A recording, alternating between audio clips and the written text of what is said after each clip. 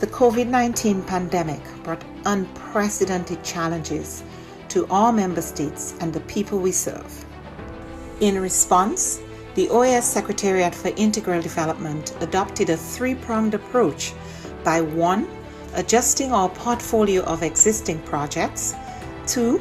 Exploring new projects to meet emerging needs, and 3. Expanding multi-sectoral partnerships. The results achieved in 2020 demonstrate the resilience of our member states and the commitment of the OAS SETI to work with member states and partners towards our common goals in the development of our region. Our Network on Competitiveness launched the COVID-19 Ideas Accelerator, sharing 250 tools, health solutions, responses, and recovery plans. The Network for Labor Administration published a portfolio of responses from ministries of labor to COVID-19, sharing over 420 measures taken to protect workers, employment, and income.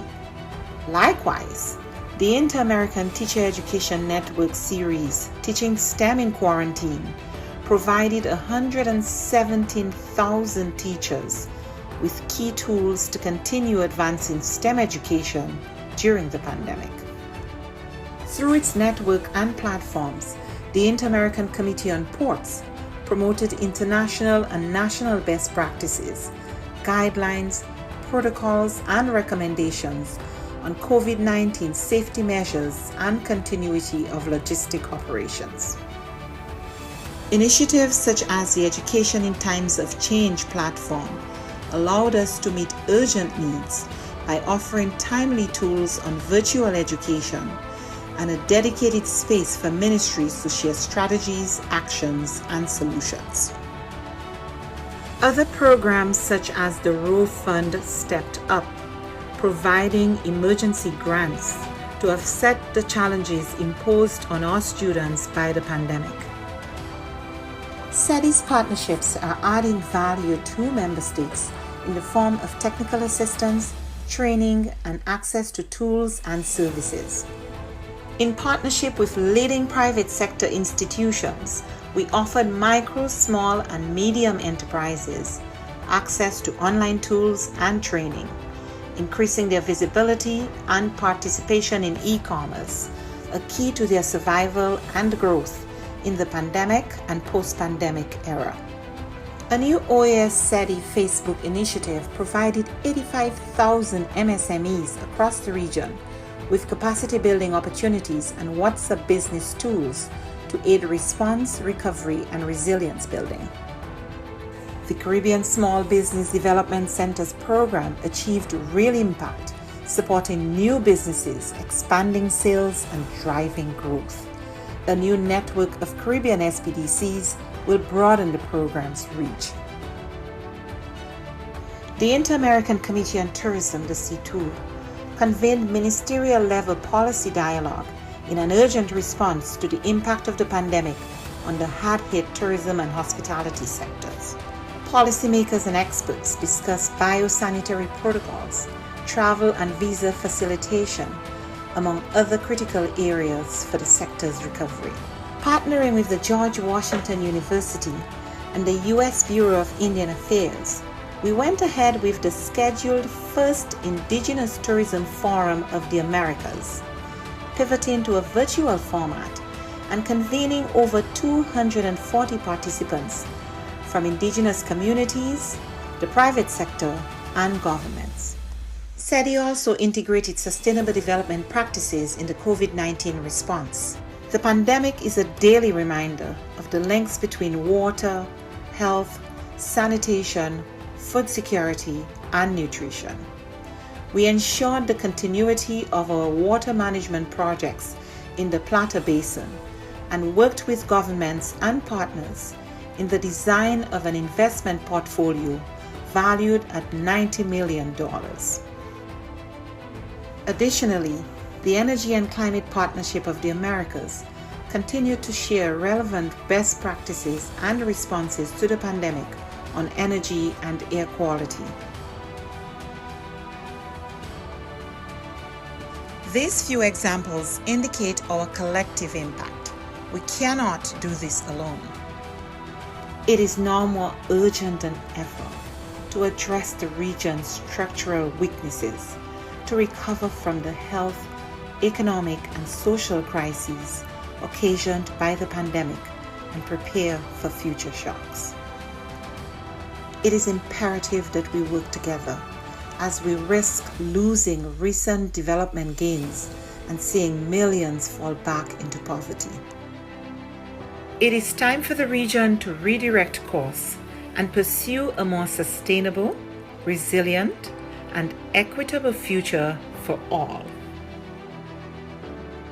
We are in this together. But the resilience building agenda is too big for any one stakeholder to address acting alone, and simply bringing together stakeholders, whether at the national, subnational, regional, or global level, is not enough. Effective, focused, and sustained coordination among stakeholders is paramount to provide countries with integrated and comprehensive support. The OAS, as a hemispheric forum and honest broker, must continue to facilitate this process while we work with member states towards the attainment of the 2030 Sustainable Development Agenda. Cooperation, collaboration, and partnerships that include all actors strengthen us, enabling us to be more than the sum of our parts. We can and we must work together. The future of our region depends on it.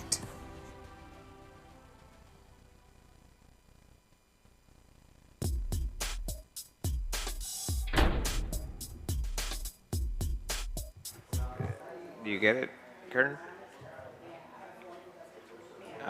De nuevo, por favor, español. Ok. Probamos la segunda consola de español, por favor. Bien, bien. Gracias. Pasamos a inglés ahora, por favor. Canal de inglés.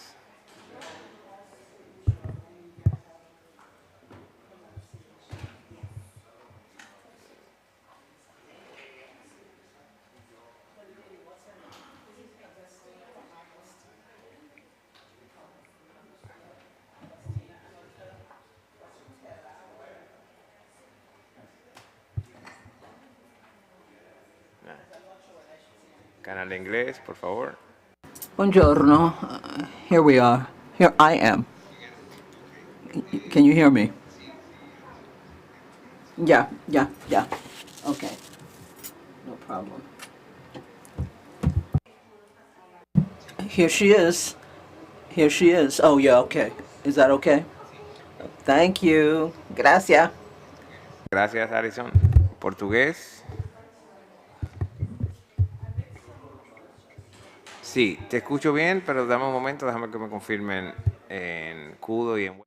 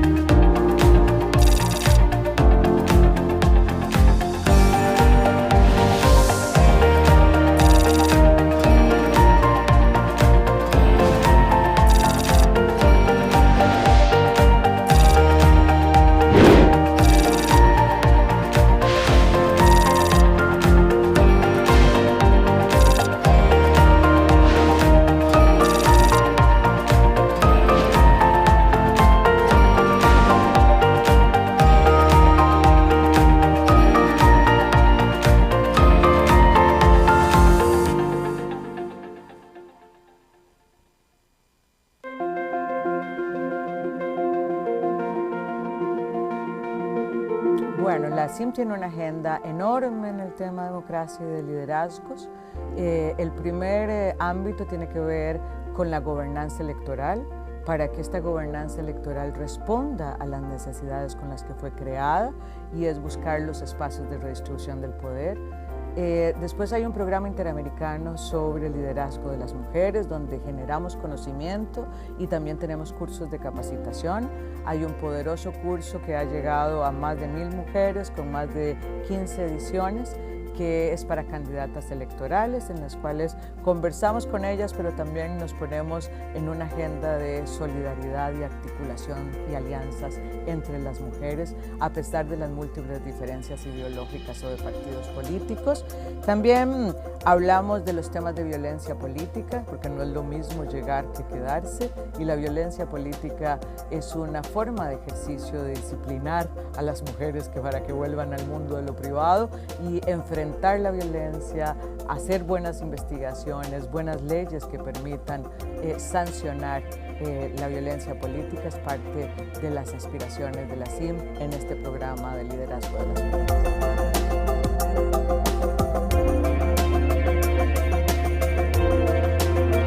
La aspiración histórica de las mujeres es estar en el mundo del público, que nuestro trabajo sea remunerado y que tenga un reconocimiento. COVID ha puesto en evidencia una profundización de las brechas existentes para el logro de este objetivo. Estas brechas existentes ahora dan cuenta de que podríamos tener un rezago de más de 2 décadas en el mundo laboral, que el cierre de brechas que se previó que podía tardar 100 años en cerrarse, ahora se habla de 135 años para cerrar la brecha entre los hombres y las mujeres. Entonces, nuestro objetivo es que miren el derecho de las mujeres al empoderamiento económico, que el statement "quédate en casa", que es un viejo conocido del patriarcado, no sea que nos quedemos en casa siempre, y que entendamos que la inserción de la mitad de la población, de este talento humano que tiene una serie de ventajas competitivas, es necesario para el crecimiento económico. De manera que la CIM está colocando esta realidad, está colocando las necesidades de las mujeres y está haciendo unas recomendaciones de rutas para poder cumplir con el derecho al empoderamiento económico y con el crecimiento económico que requieren nuestras empobrecidas economías en tiempos de COVID.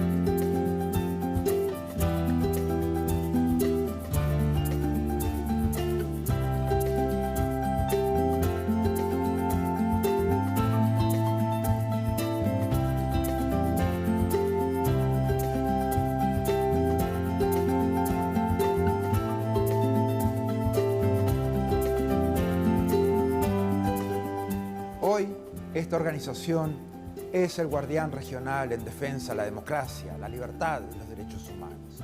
Los países se han comprometido con estos valores a través de instrumentos legales como la Carta Democrática Interamericana, la Convención Americana de Derechos Humanos y todas las demás convenciones interamericanas. Nuestro trabajo es mantener los más altos estándares. Debemos ser objetivos, analizar los hechos, denunciar cuando veamos corrupción, inequidad o amenazas a la libertad. En esos casos, no podemos ser neutrales.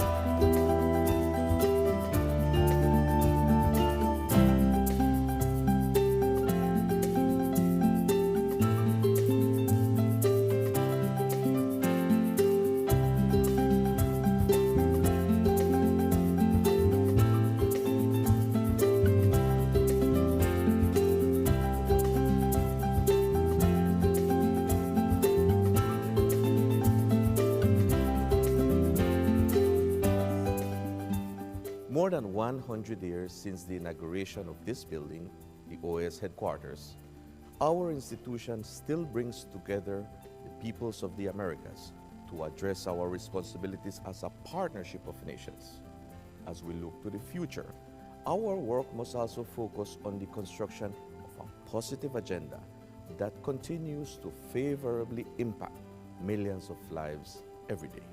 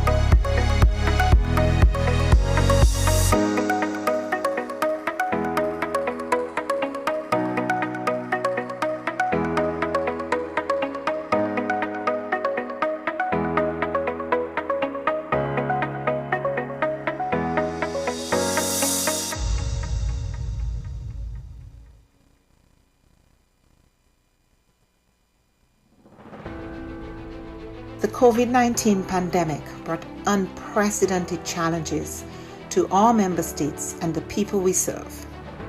In response, the OAS Secretariat for Integral Development adopted a three-pronged approach by 1. Adjusting our portfolio of existing projects, 2. Exploring new projects to meet emerging needs, and 3. Expanding multi-sectoral partnerships. The results achieved in 2020 demonstrate the resilience of our member states and the commitment of the OAS SETI to work with member states and partners towards our common goals in the development of our region. Our Network on Competitiveness launched the COVID-19 Ideas Accelerator, sharing 250 tools, health solutions, responses, and recovery plans. The Network for Labor Administration published a portfolio of responses from ministries of labor to COVID-19, sharing over 420 measures taken to protect workers, employment, and income. Likewise, The Inter-American Teacher Education Network series, Teaching STEM in Quarantine, provided 117,000 teachers with key tools to continue advancing STEM education during the pandemic. Through its network and platforms, the Inter-American Committee on Ports promoted international and national best practices, guidelines, protocols, and recommendations on COVID-19 safety measures and continuity of logistic operations. Initiatives such as the Education in Times of Change platform allowed us to meet urgent needs by offering timely tools on virtual education and a dedicated space for ministries to share strategies, actions, and solutions. Other programs such as the Row Fund stepped up, providing emergency grants to offset the challenges imposed on our students by the pandemic. SETI's partnerships are adding value to member states in the form of technical assistance, training, and access to tools and services. In partnership with leading private sector institutions, we offered micro, small, and medium enterprises access to online tools and training, increasing their visibility and participation in e-commerce, a key to their survival and growth in the pandemic and post-pandemic era. A new OAS SETI Facebook initiative provided 85,000 MSMEs across the region with capacity building opportunities and WhatsApp business tools to aid response, recovery, and resilience building. The Caribbean Small Business Development Centers program achieved real impact, supporting new businesses, expanding sales, and driving growth. A new network of Caribbean SPDCs will broaden the program's reach. The Inter-American Committee on Tourism, the C2, convened ministerial-level policy dialogue in an urgent response to the impact of the pandemic on the hard-hit tourism and hospitality sectors. Policymakers and experts discussed biosanitary protocols, travel and visa facilitation, among other critical areas for the sector's recovery. Partnering with the George Washington University and the U.S. Bureau of Indian Affairs, we went ahead with the scheduled first Indigenous Tourism Forum of the Americas, pivoting to a virtual format and convening over 240 participants from indigenous communities, the private sector, and governments. SETI also integrated sustainable development practices in the COVID-19 response.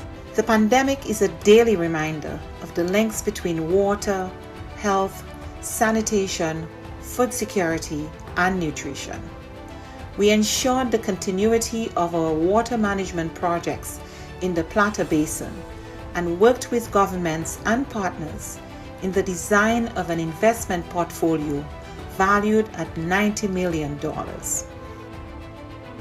Additionally, the Energy and Climate Partnership of the Americas continued to share relevant best practices and responses to the pandemic on energy and air quality.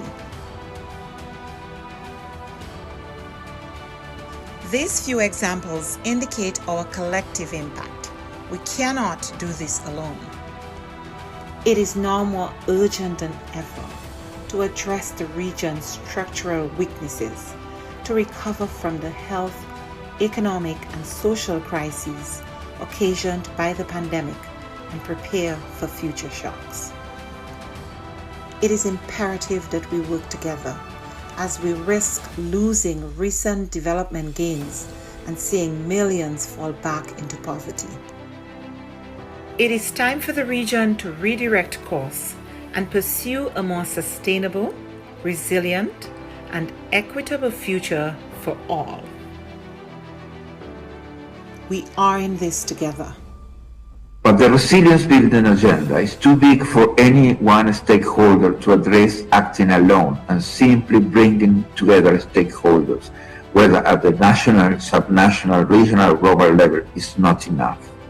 Effective, focused, and sustained coordination among stakeholders is paramount to provide countries with integrated and comprehensive support. The OAS, as a hemispheric forum and honest broker, must continue to facilitate this process while we work with member states towards the attainment of the 2030 Sustainable Development Agenda. Cooperation, collaboration, and partnerships that include all actors strengthen us, enabling us to be more than the sum of our parts. We can and we must work together. The future of our region depends on it.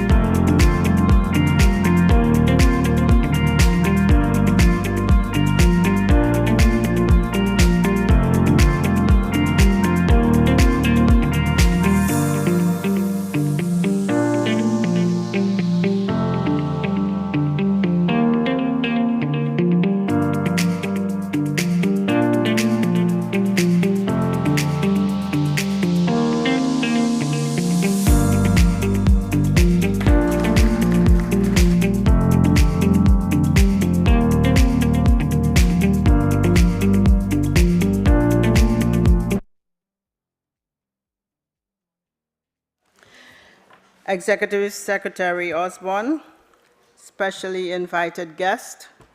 I am advised by the Executive Secretary that we have the required quorum and we can proceed with the meeting. It is my great pleasure to welcome you to this regular meeting of the second semester of the Inter-American Council for Integral Development for 2024. I now submit for the consideration of this council the draft order of business, document CD/OD-150/24.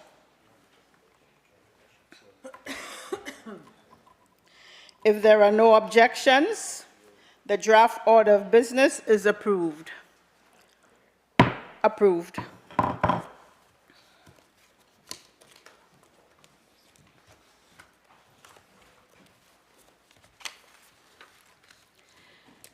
In keeping with the work plan for the semester, today's discussion will focus on modernizing ports through port community systems as part of the broader theme of connectivity for economic growth.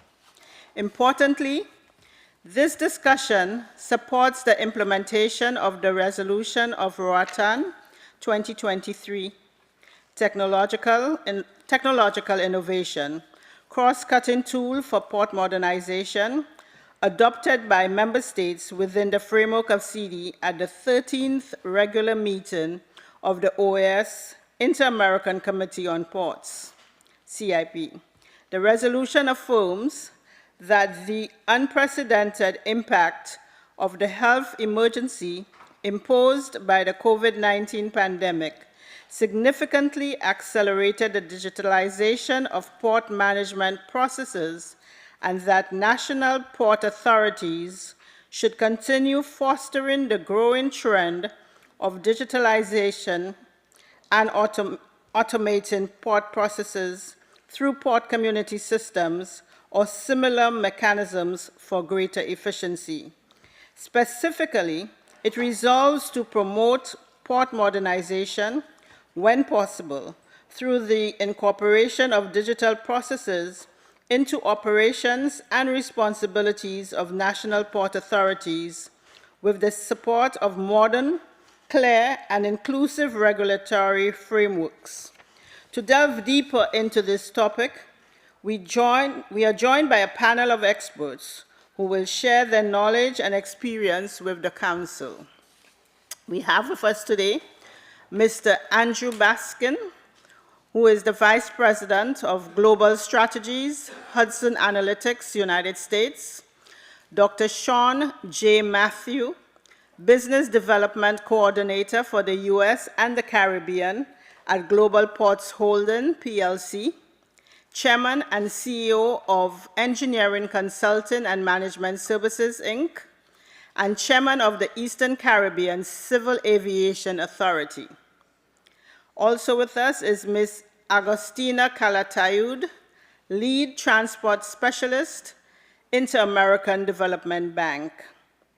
Thank you for taking the time to participate and share your perspectives and proposals for action with us this morning. Colleagues, this meeting on modernizing ports through port community systems is both timely and essential. The concept note distributed by the Secretariat highlighted the relevance of maritime ports for the world and our region. As noted in the document, maritime ports handle over 80% of global trade, with Latin America and the Caribbean accounting for approximately 17% of that volume. This underscores the importance of streamlining port operations to enhance efficiency and security. With emerging technologies like artificial intelligence, PCS presents a strategic opportunity to modernize ports and boost regional competitiveness.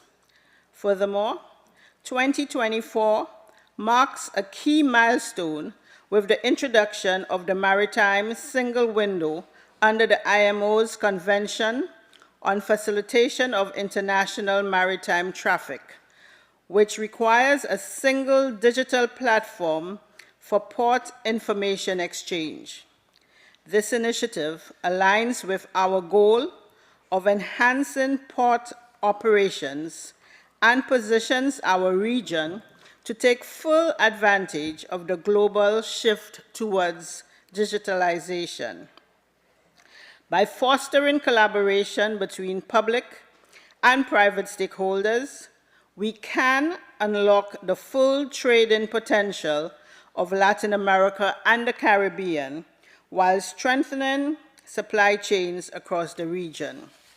The Inter-American Committee on Ports plays a pivotal role in facilitating this dialogue and driving coordinated efforts between governments and the different actors in the industry, ensuring that all voices are included.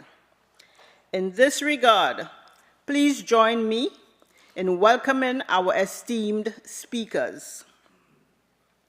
Our first panelist is Mr. Andrew Baskin, Vice President, Global Strategies, Hudson Analytics, United States.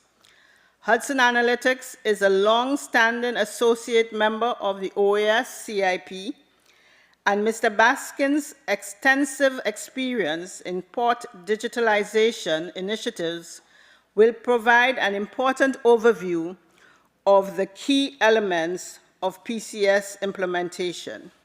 Mr. Baskin, you have the floor, sir.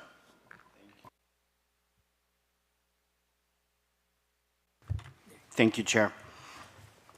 So good morning. Thank you all. As Chair said, my name is Andrew Baskin from Hudson Analytics, a port and maritime advisory firm that has been an associate member of the OAS SIP for nearly 10 years, and it's an honor to present to CEDI today on this topic of port community systems and port digitalization generally. This presentation that is now on the screen will touch on 3 aspects related to PCS. First, we'll look at the distinction between maritime single windows, electronic single windows for trade, and port community systems. Then we'll take a look at PCS benefits, how they benefit both the public and private sectors. And then finally, we'll wrap up with mention of steps that to be taken as ports and countries embark on this journey of PCS implementation, or development and implementation. So first, let's look at a maritime single window. So a maritime single window, or MSW as it's more commonly known, is a single centralized digital platform to collect and exchange information with ships when they call at ports. The International Maritime Organization has a convention, it's called the Convention on Facilitation of International Maritime Traffic, which thankfully has an acronym, it's the FAL Convention, and it defines the various data elements that are required for a maritime single window. In this sense, as you can see on the screen, it is a purely regulatory data exchange. It enables business to government data submission, so those ships and those their agents submit information to the government. There's government to government coordination internally, and then a government to business clearance, in this case a vessel clearance to arrive at or depart a port. An electronic single window for trade is similar in that it allows parties involved in trade and in certain cases transport to submit standardized information via a digital platform. In this case, it's about import and it's information required for imports or exports. So again, there's business to government data submission, government to government coordination, and then in this case, it's not a vessel clearance, but some sort of clearance, be it a license or a permit, something like that, that the government then issues to a business. So again, purely regulatory data exchange. A PCS, on the other hand, is much broader. It's similar to a maritime single window or an electronic single window for trade in that it's a neutral and open electronic platform that allows the exchange of information between public and private stakeholders. And certainly among the information that is exchanged is that ship call information in a maritime single window or the trade facilitation regulatory information required under an electronic single window for trade. But a PCS is also much broader. It includes a significant amount of operational and logistics data, and in that sense, it facilitates the operations at a port, its vessel calls, and importantly, cargo and the movement of cargo. As an example on the screen, a port terminal may exchange information with a warehouse that could be off port. In that case, that is a purely business-to-business data exchange that has absolutely nothing to do with any regulatory requirement. So in this sense, a PCS is much broader than a maritime single window or electronic single window for trade. So that is what a PCS is. Now we can talk about the benefits that it brings. And we'll start with the private sector. Those benefits are fairly clear. Private users of the PCS at heart enjoy cost savings, right? These can result from staff time saved by simplifying document preparation and processing. They can save money via faster release of goods through reduced dwell time at ports. And they can also benefit from the better traffic management at ports, both within the port itself, within a given terminal, as well as at the gate of a port, which is a frequent place of congestion at a port. All of these time savings translate to cost savings, which can be significant. For instance, Portbase, which is a PCS at the port of Rotterdam, a very large, one of the largest ports in the world, in the Netherlands, they've reported that users enjoy an annual cost savings of up to 245 million euros from using the PCS. But it's not just larger ports that benefit, smaller ports can benefit too. There's a study in Italy going back nearly 10 years at the ports, studying logistics operators at the ports of Venice and Bari, and they've determined that they have annual cost savings of nearly 2 million euros. So both large ports and small ports, their users can benefit from this PCS implementation. But we can't forget about the public sector, and those bodies benefit as well, although it's not quite as clear-cut as cost savings. First, they benefit by having a full data set at their disposal that enables a full view of cargo movement, so 360-degree view of every cargo movement that's happening at a port. Then they benefit by having data, when users are entering data one time and in one place, that means public entities spend less time correcting and validating data as opposed to when data is entered in multiple places at multiple times. Receiving data in advance via a PCS means that public entities can improve their risk management. It enables trusted trader programs or other what we call green sort of green channels for compliant operators, allowing them to enjoy fewer inspections or fewer of other sort of government-related review of their information or cargo that can cause delays. And then finally, by minimizing face-to-face interaction between logistics personnel and border management agency personnel, we reduce opportunities for extortion and bribery. So with those benefits in mind, where do we go from here? So how can countries and ports begin to implement a port community system? And here are three thoughts. First, and this is among the most critical, is the legal and regulatory framework has to enable the operation of a PCS. A PCS operator has to exist in law. There has to be review of existing legislation and regulation to ensure that there are no conflicts. For instance, that a port authority and customs each require certain information in a certain way at a certain time, but in totally different ways in different times. That would completely defeat the purpose of a PCS. So reviewing this legal framework is critical. Second, there needs to be a review of trade processes to ensure they're adequate, whereas they may be adequate for an analog world, ensuring that they're adequate for a digital world. And the port community needs to work together to identify those inefficiencies, identify ways to streamline these processes, and harmonize data submission before a PCS is implemented. And then finally, and this is typically the most critical, a PCS project is more than just an IT project. It's a human change management project. So acceptance of and willingness to change on behalf of the entire port community is critical. And it's never too soon then to start that process of building the trust and confidence necessary for the entire port community to share the information necessary and then benefit from that sort of coordination that occurs via a PCS. So with that in mind, thank you, Chair, for this opportunity to present this evening. I wish you a successful meeting and return the floor to you, Chair. Thank you. Thank you very much, Mr. Baskin. Your presentation underlined the many benefits of port digitalization, and we sincerely thank you for your collaboration with the OAS CIP in this area. I am now pleased to offer the floor to Dr. Sean J. Matthew, Business Development Coordinator for the U.S. and the Caribbean at Global Ports Holding, PLC, Chairman and CEO of Engineering Consulting and Management Services, Inc., and Chairman of the Eastern Caribbean Civil Aviation Authority. Dr. Matthew is renowned for his work in the region and has a keen understanding of the port and maritime sectors. And we are honored to have him here. Dr. Matthew, you have the floor, sir.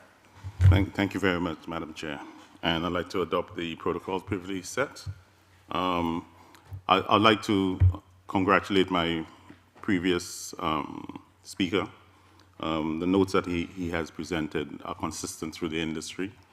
And I will focus on some more specific issues and how we actually take the protocols that has been set through ROATAN and IMO, through the recognition of a need to automate and digitize.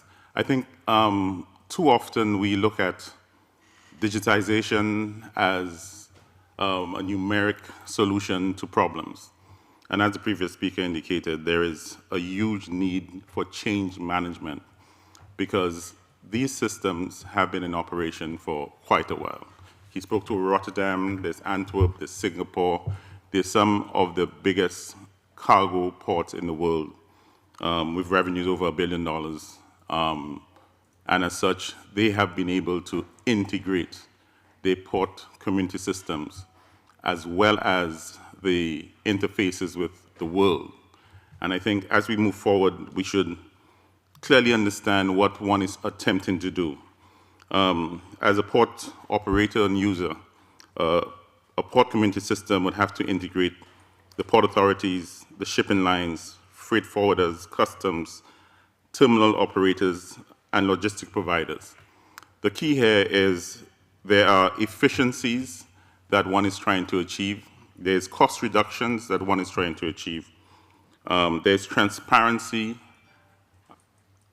and visibility. There's compliance, which has become a huge issue in recent time.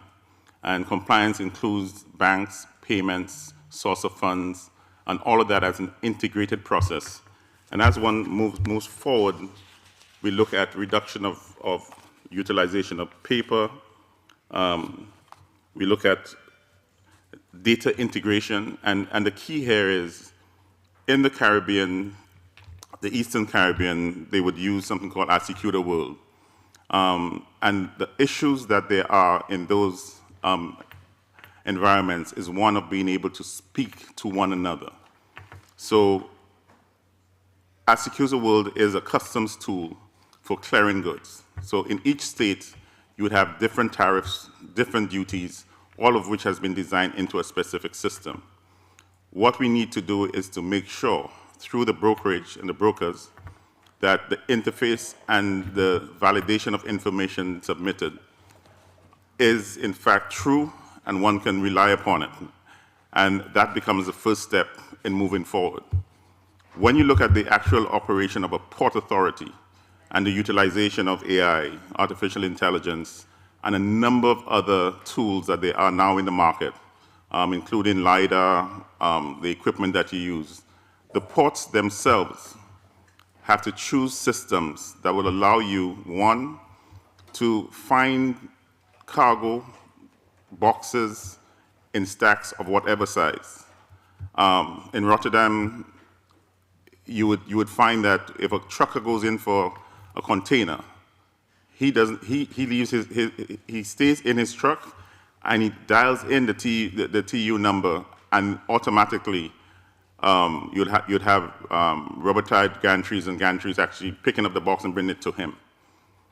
When you look at analyzation of flows, which for a shipping line and a port authority, dictating the throughput through a port and being able to simulate that way beforehand allows you to be able to provide a delivery in a timely manner.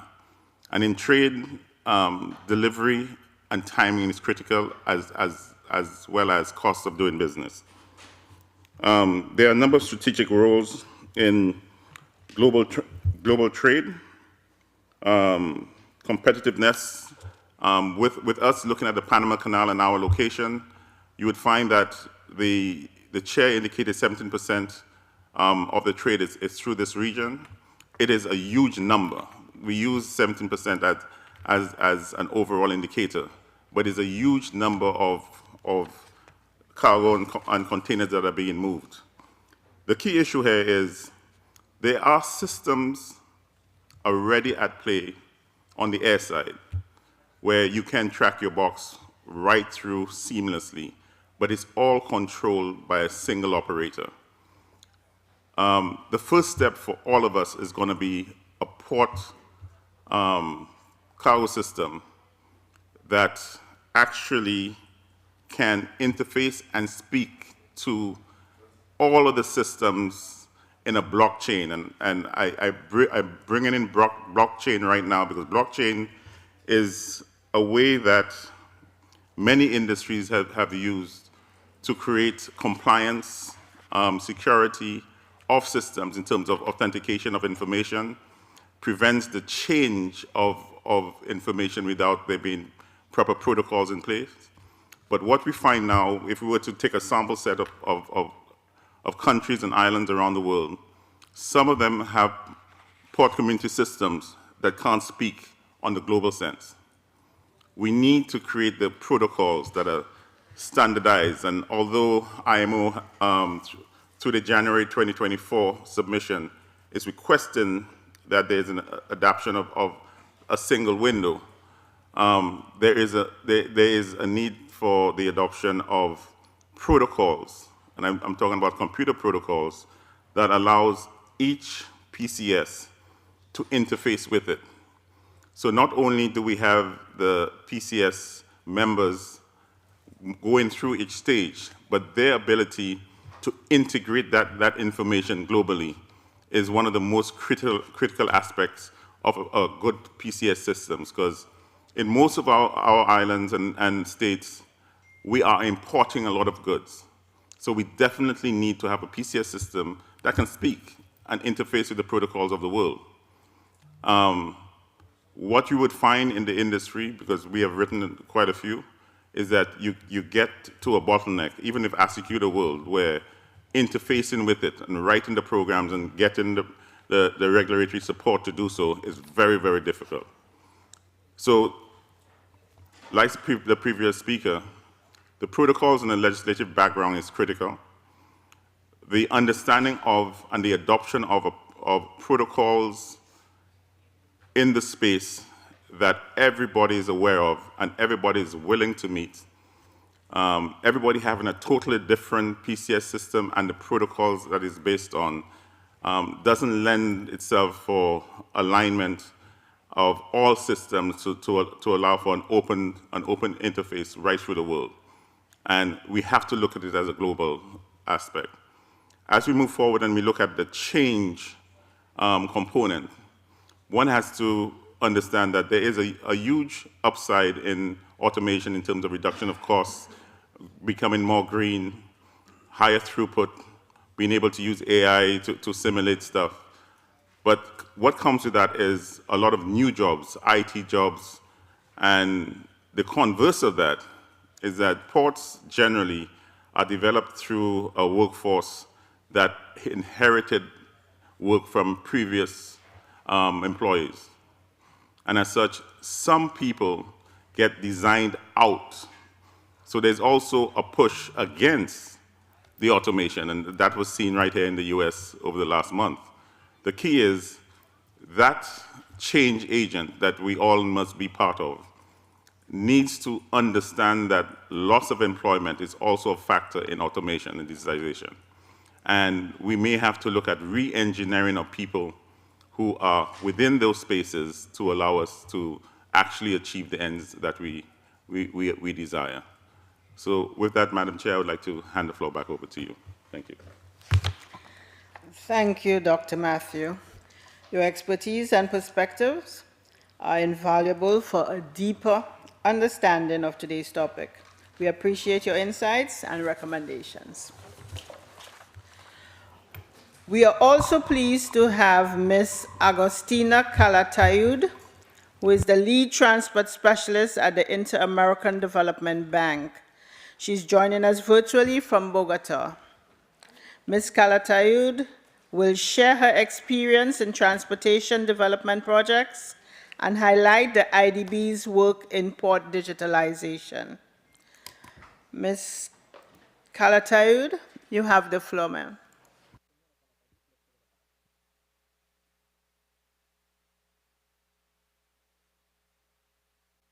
You may proceed.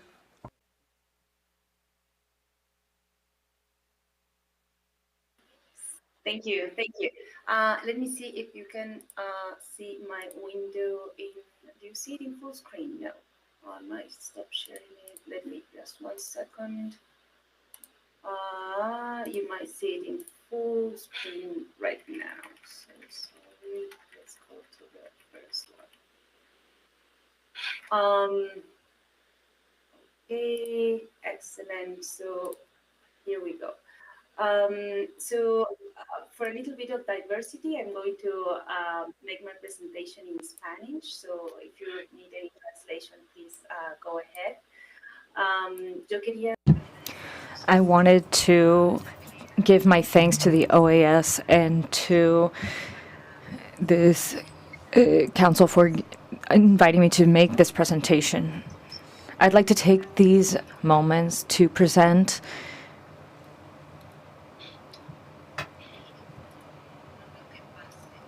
I'm not seeing it moving forward. Okay.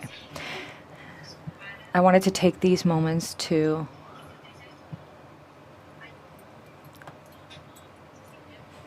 I think there's an echo. I'm not sure if you can hear me in the room. Well, I can't hear you from the room. All right, I'm going to move forward.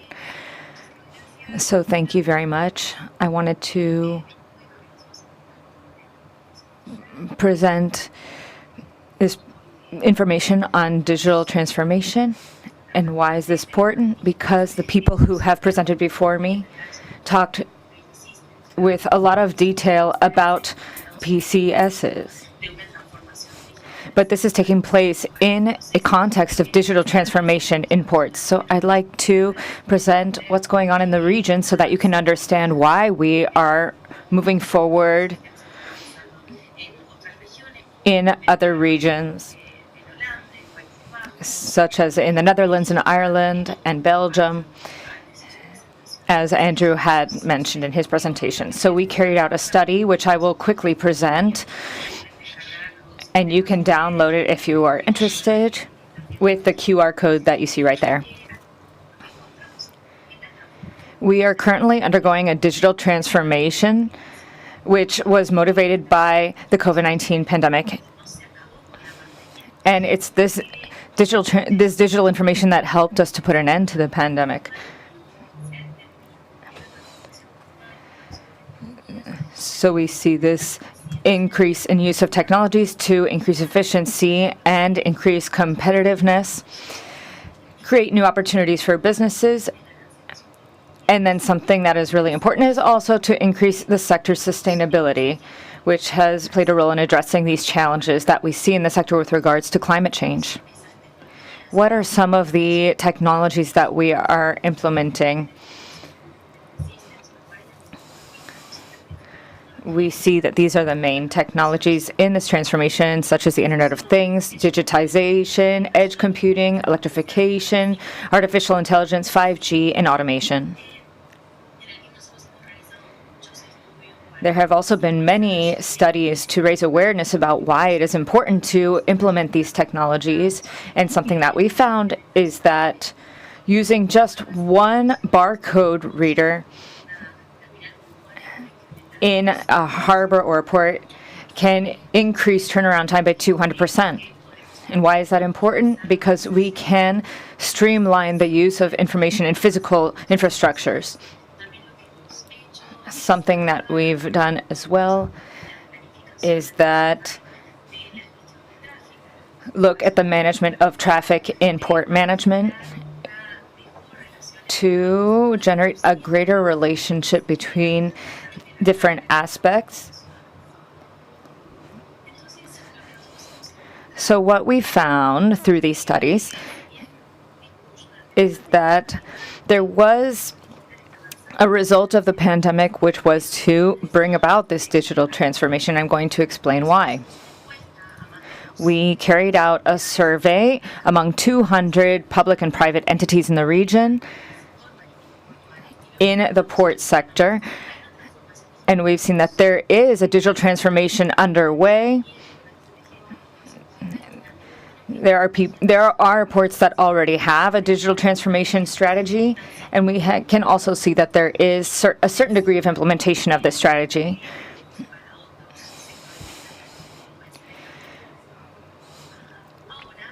Now, when we talk to these different entities, when we ask how they perceive the advances of their organization and respond to this, they are saying that they are very behind. This is concerning to us because this is an international business. There's a lot of competition. And today, digital transformation is such an important asset, just like investments in infrastructure. And when we look at what the main barriers are to this digital transformation, what they have told us is that, of course, there is an implementation cost, there's a lack of a digital culture, and there's resistance to change, lack of knowledge, a lack of talent, and there's also a lack of investment from public and private entities. We talk to different sectors, we've talked to public and private sector, and we look at how the public sector has been doing this. We see that they are more behind. they do not have a strategy of digital transformation.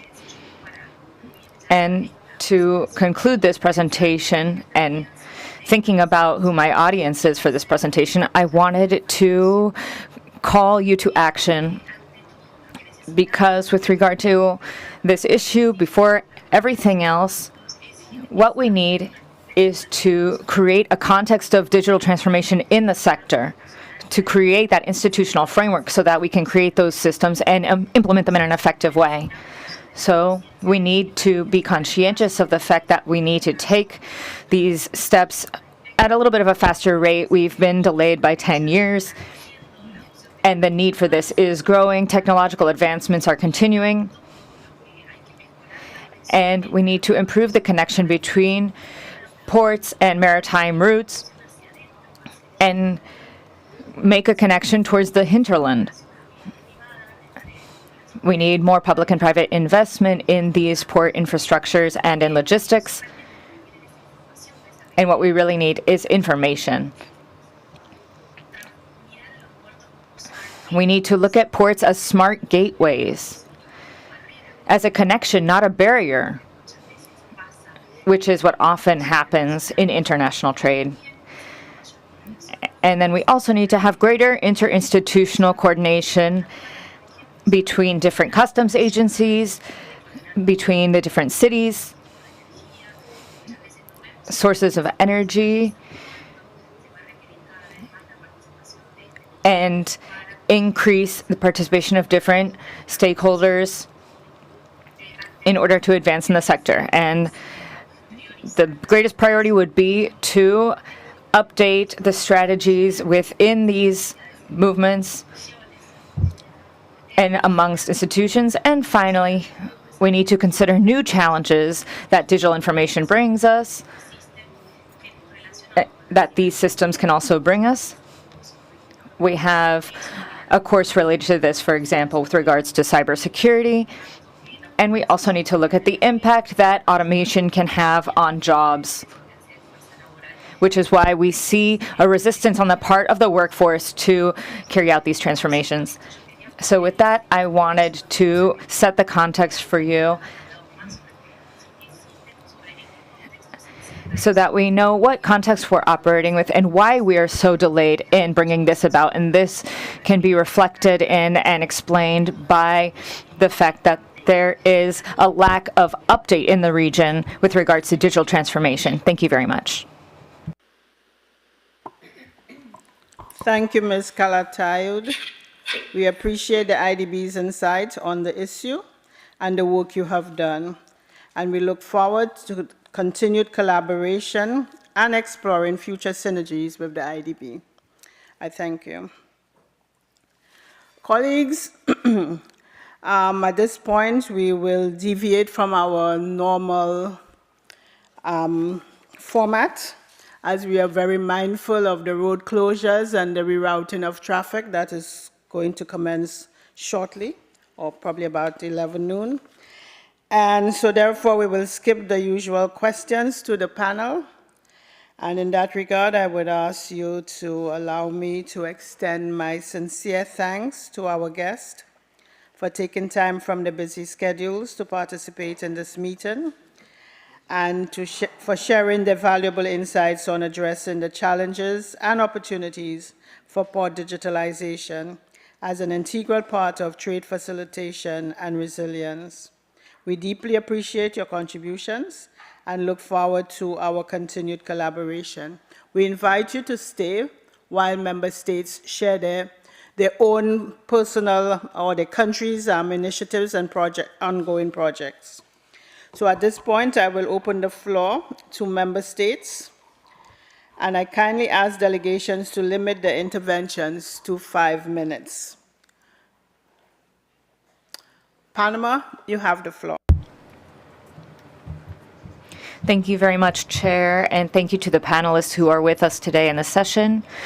I would like to take the opportunity to address the head of the Department of Port Cooperation in the Panama Port Authority, who is with us today virtually, to give an intervention on behalf of Panama. Thank you very much.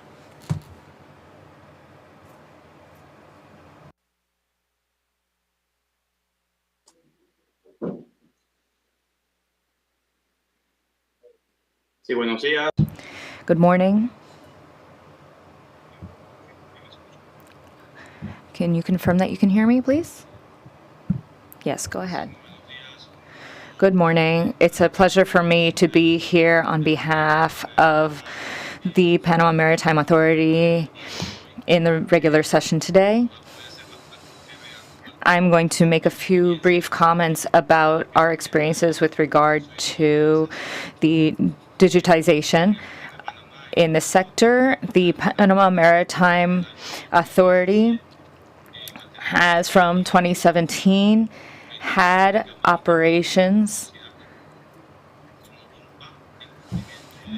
that are complementary to facilitating international maritime trade. This window allows us to work with receiving products through the National Customs Agency, the Fishing Agency, and others.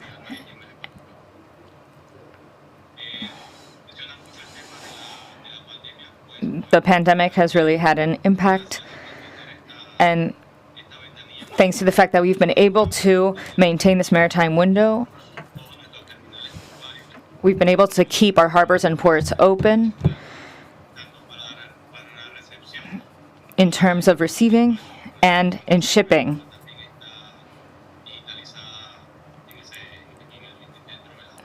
And we have been able to digitize this process through the use of the window.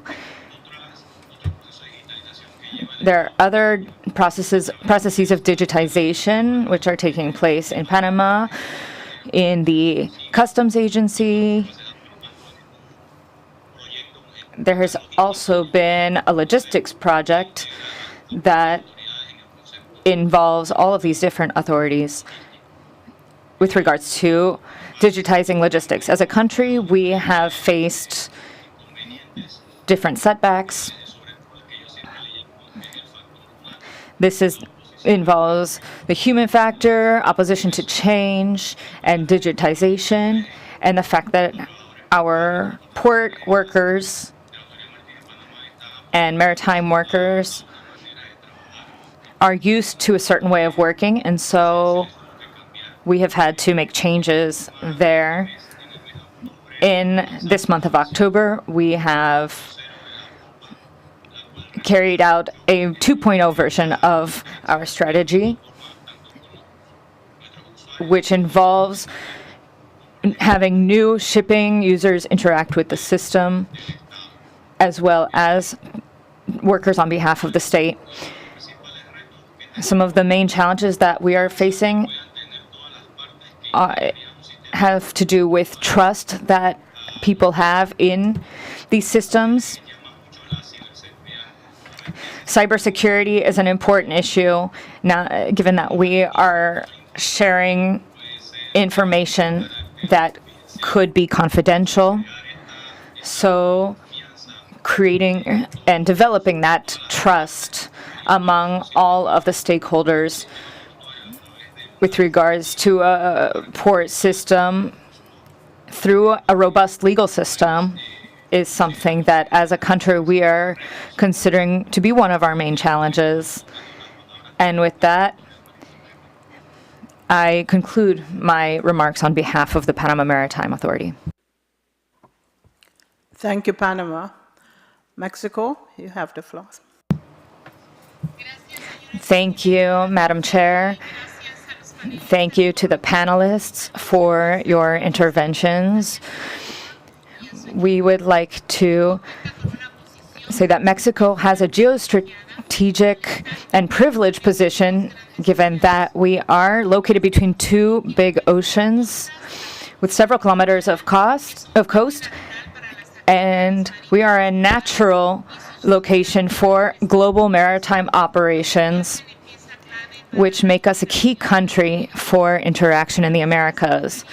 Through the Secretary of the Navy, I would like to say that we are a key country in the region, and we would like to defend human rights. Mexico offers integral solutions and multifaceted solutions to the challenges that we are facing, with actions in favor of maritime security, environmental actions, and international development, and strengthening of maritime infrastructure with effective strategies in collaboration with other countries to support their facing of these challenges. The Secretariat of the Navy is responsible for making sure that ports contribute to the country's economic development through the decentralization of economy, trade, industry through coastal development. It encourages the development of the national port system, which involves public enterprises that take care of planning, programming, development, exploitation, and more of the ports. They are self-sufficient, productive, and competitive. Since 2019, the Secretariat of the Navy has had as one of its primary goals the strengthening of the National Maritime Authority for interactions that will allow for the development of a Mexican port system that is highly competitive and that provides security and protection to port facilities, promoting the rule of law and sovereignty in ports, and also makes infrastructure and information technologies more robust in these ports. In this context, in 2022, Mexico made important contributions to the digitization, process management, and defense against cyber threats to the system, and Mexico is known as a secure, intelligent port system. Which uses the PCS, an intelligent platform that encourages the exchange of information among ports through the MSW, through the Inter-American Commission on Ports in 2022. Up until now, we have managed to integrate the 18 ports in the country to this platform, available 24 hours, 365 days a year, encouraging the exchange of information for operational and administrative and management information, increasing trust and efficiency in port operations. With that, there has been compliance with the provision established by the International Maritime Organization that all trade ports should have a maritime single window. This goes beyond an MSW with regards to authentication, integrity, and confidentiality in exchange of information via electronic means, with regards to the arrival and the departure of ships in Mexican ports, the processes between different actors in the chain of the supply chain. This optimizes operations and complies with 70% of the International Code for the Protection of Ships and Port Facilities, adopted by the International Maritime Organization. Mexico has been an active promoter of modernization and efficiency of ports within the framework of the Inter-American system through the strengthening and greater visibility of the Inter-American Commission on Ports, the CIP, providing solutions in the last two General Assemblies of the OAS. In particular, this year in Asunción, Mexico promoted Resolution 3016 for sustainable, secure, and efficient ports, which incentivizes member states to make ports increasingly compliant with standards that aim to guarantee greater trustworthiness, quality, security, sustainability, and financial security and environmental security, and the priorities of the Agenda for Global Sustainability and Agenda 2030 Sustainable Development Goals. Mexico joined on to the approval of the resolution of Roatan with regards to technological transformation and port modernization on behalf of the Inter-American Commission on Ports in June of 2023, with the modernization of port community systems to improve the efficiency of ports. On June 27th, Mexico's success in this ensured that it had intelligent ports as organized by the Inter-American Commission on Ports, with the support of the Mexican Secretariat of the Navy and experts of the National Port System in Manzanillo. Madam Chair, this event, which had the presence of 28 member states of the region and other parts of the world, was very important, during which the Mexican chairmanship and the technical Committee on Competitiveness and Logistical Innovation, the Port of Veracruz in Mexico, was the site of a summit on competitiveness and logistics in January of 2024, which counted upon the participation with a focus on the digitization of ports. I would like to take this opportunity to emphasize the valuable work that the Secretariat has done, as well as the Inter-American Commission on Ports, to promote and assist the authorities, the national port authorities, in the work of advancing in modernizing and modernizing ports and making them more competitive. The head of this commission is here, as well as their valuable team. Mexico is contributing, especially since 2021, with a full-time official of the Secretariat of the Navy to support this work.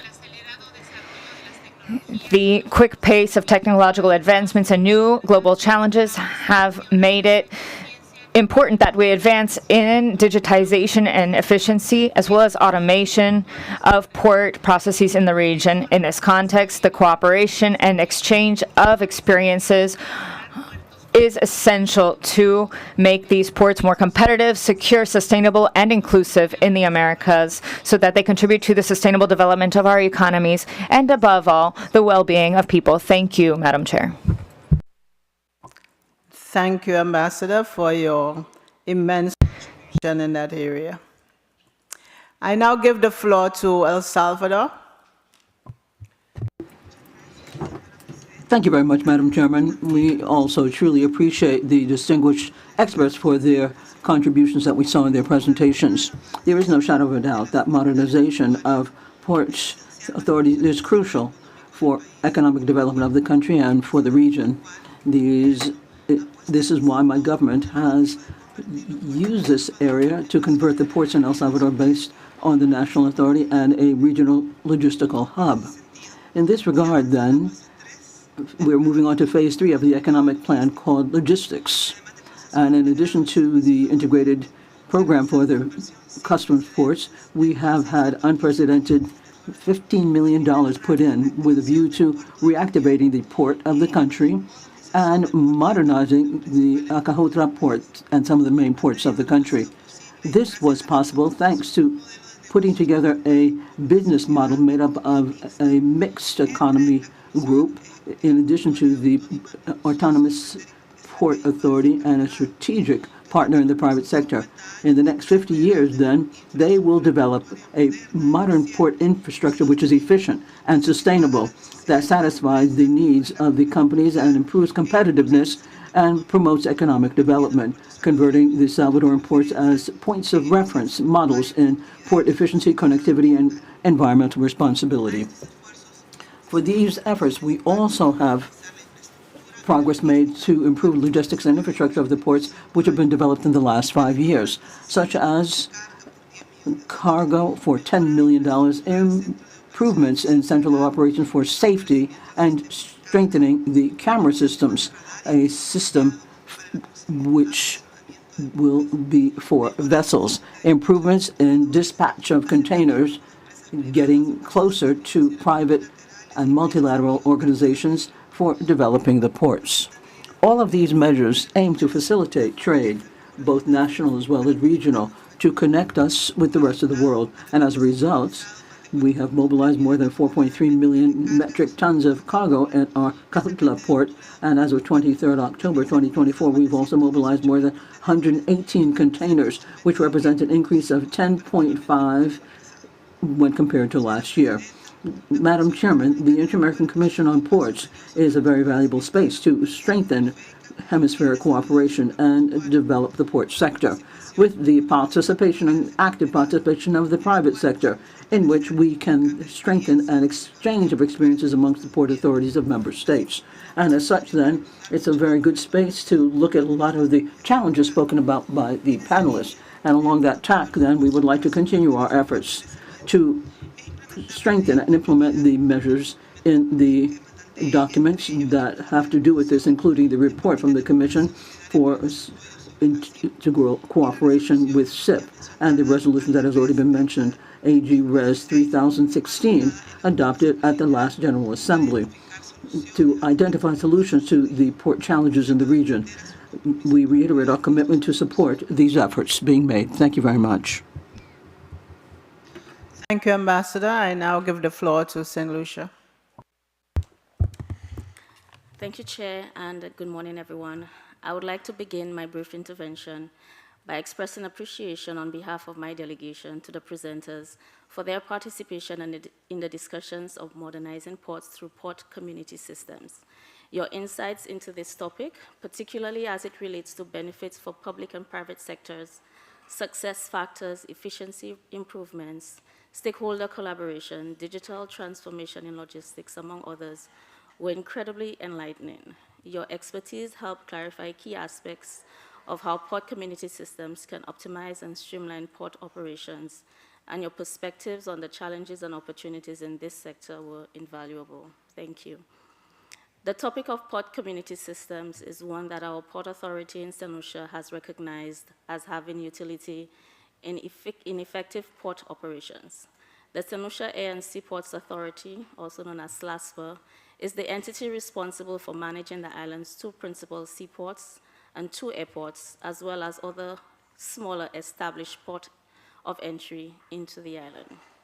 SLASPA recently launched its 2024-2029 strategic plan, covering its multiple strategic business units, each with their own revenue and cost structure, and each with the potential of running as an autonomous unit. SLASPA has identified the implementation of port community systems as a priority, having included it in its strategic plan. Under its modernization and optimization operations objectives, SLASPA has characterized improving the ease of doing business in St. Lucia as a vital component. To achieve this result, SLASPA will develop a plan to transition all digitizable services into online and mobile platforms. Part of this plan is to implement a port community system and online payment portal to integrate and harmonize technologies and core business processes. All this with the understanding that port community systems will play a central role in enhancing the efficiency and effectiveness of port operations in St. Lucia. The increases in international trade volumes make implementation of port community systems ever more important. We are cognizant that the actual cost of delivery of goods is in a direct correlation with the efficiencies or lack thereof of the processes required to deliver goods into and out of our ports. Without reliable, efficient, and comprehensive documentation and processing methodologies, the rate of delivery of goods can be significantly compromised. We are also aware of the social impact of the automation of services, especially after recent port strikes in some of the ports in the US, as referenced by Dr. Matthew. Chair, mindful that St. Lucia is in the infant stages of its implementation of port community systems, my delegation welcomes this meeting today and the presenters.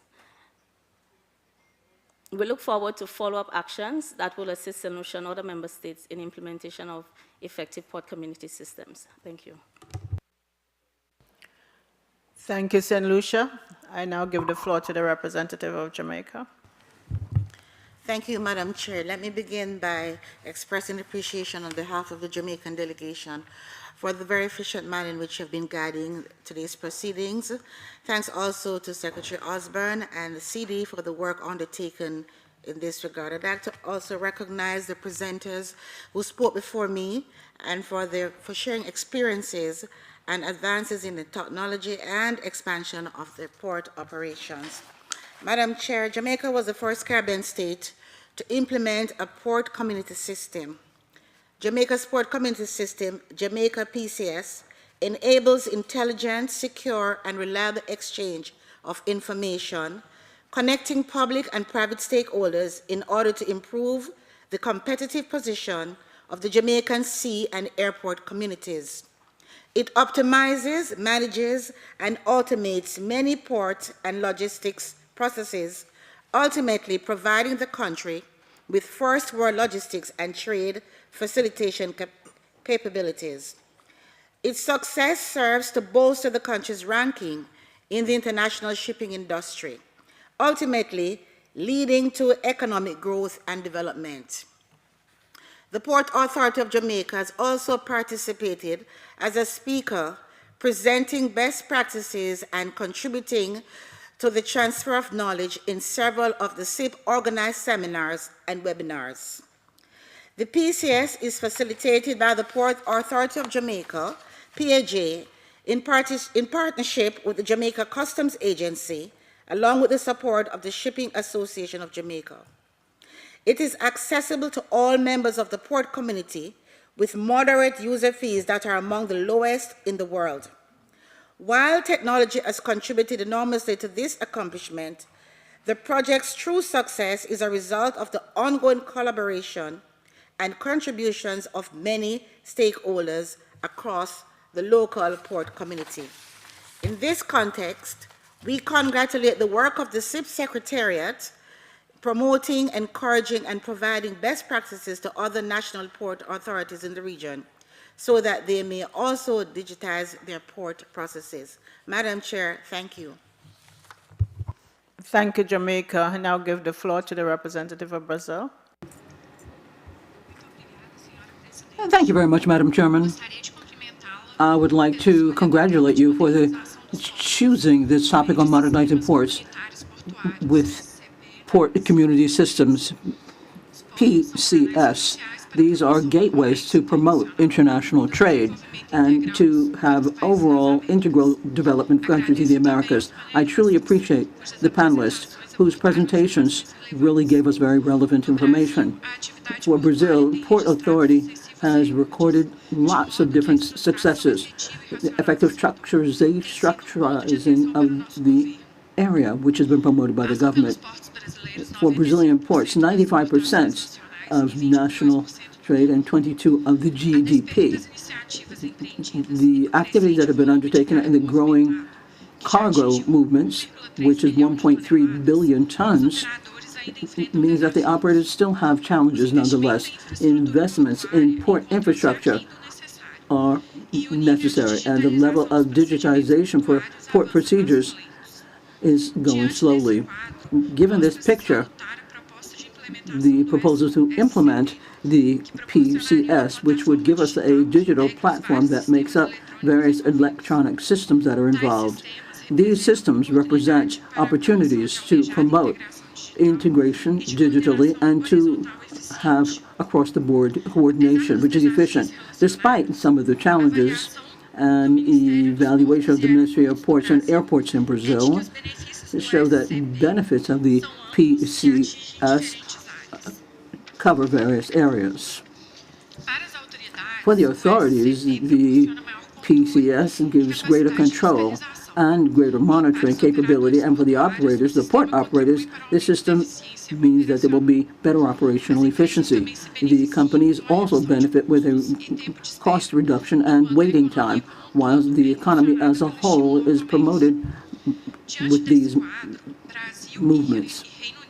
Brazil and the UK developed through a bilateral cooperation project, a program, Brazil Trade Facilitation, which aims to promote implementation of the PCS in Brazilian ports, with a view to include the government and coordination of the National Commission of the Port Authorities, CONAPORT. For the moment, we have thought about 5 ports to be included: Santos, Rio de Janeiro, Paranaguá, Itajaí. The PCS would complement the Brazilian program, ports without paperless ports, and would slash bureaucracy and reduce the use of paper, which was responsible for high costs, a lot of delays, and loss of competitiveness. In addition to the PCS, and we shouldn't confuse this, the Brazilian government did implement a one sole port system which aims to improve the efficiency of exports, imports, and customs processes. This is to rationalize all of the customs procedures in the country.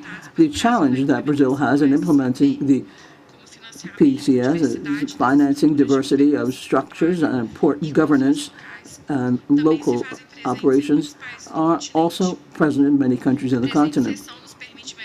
This will allow us to better understand the realities and some of the challenges and some of the solutions that various American states have come up with on these very important topics for socioeconomic development in our region. Thank you very much, Madam Chairman. Thank you, Brazil. I now recognize the Ambassador of Belize. Sir, you have the floor. Thank you, Chair.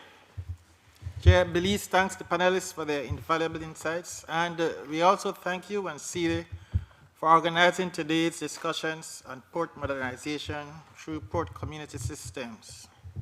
Chair, with the ever-evolving global digital landscape, efficient connectivity is crucial to trade and economic development, especially for countries where resources are limited and effective use of those resources is critical.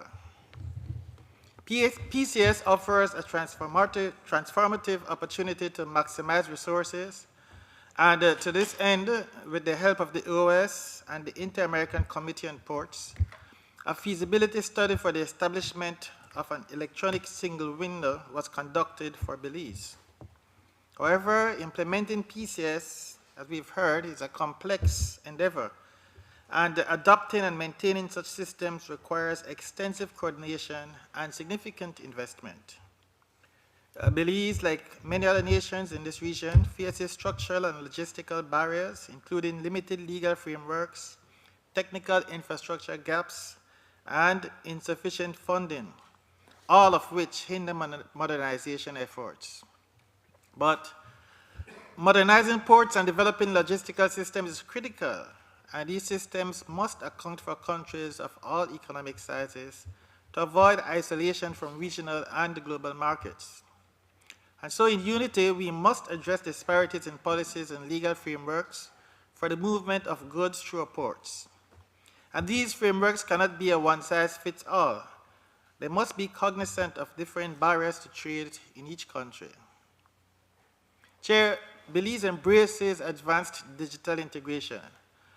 We are well aware that moving from the traditional paper-based processes to a more integrated digital framework requires a cultural and operational shift. We recognize that this transition will need dedicated resources and an investment in capacity building to ensure that Belize, along with other developing nations in our region, can sustain this shift and maximize the benefits of PCS. The challenge is to align all stakeholders, including the private sector, custom agencies, all the governmental bodies, to not only adopt, but also to maintain these systems must be met for PCS to be truly effective. Consequently, the need for robust interagency coordination remains a complex but very necessary undertaking. And in addition to these challenges, we have to address the legal reviews and updates in regulatory frameworks which require careful planning and resource allocation. I think as a hemisphere, we must address disparities in policies and legal frameworks for the movement of goods through our ports. Cybersecurity is another significant consideration as we look to expand digital port capabilities.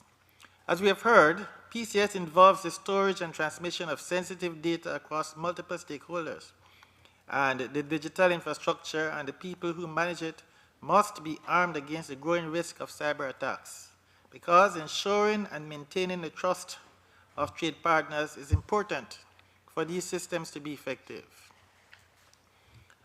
But Chair, despite the challenges, we view the development of PCS as essential for realizing our potential in regional trade and integration. For Belize, this means significant growth and a more attractive port for international logistics companies. Our country appreciates the technical assistance from the OAS and CIP and the Caribbean Development Bank, which are helping us explore the feasibility of an electronic single window for trade. As an OAS member, all nations must support each other in navigating the technical, legislative, and operational challenges associated with PCS. By learning from the success stories, such as we've heard from countries like Jamaica, we can better identify the practices that will ensure PCS is successfully implemented and deliver value across the diverse context of our region. Chair, Belize remains committed to the work ahead. Thank you. Thank you, Belize. I now give the floor to the Ambassador of Barbados. So you have the floor. Thank you, Chair. Madam Chair, I'd like to request that you allow Captain Carl Branch, who is the Divisional Manager for Innovation and for Corporate Services at Barbados Port, Inc., to make a presentation. We will allow Captain to join us.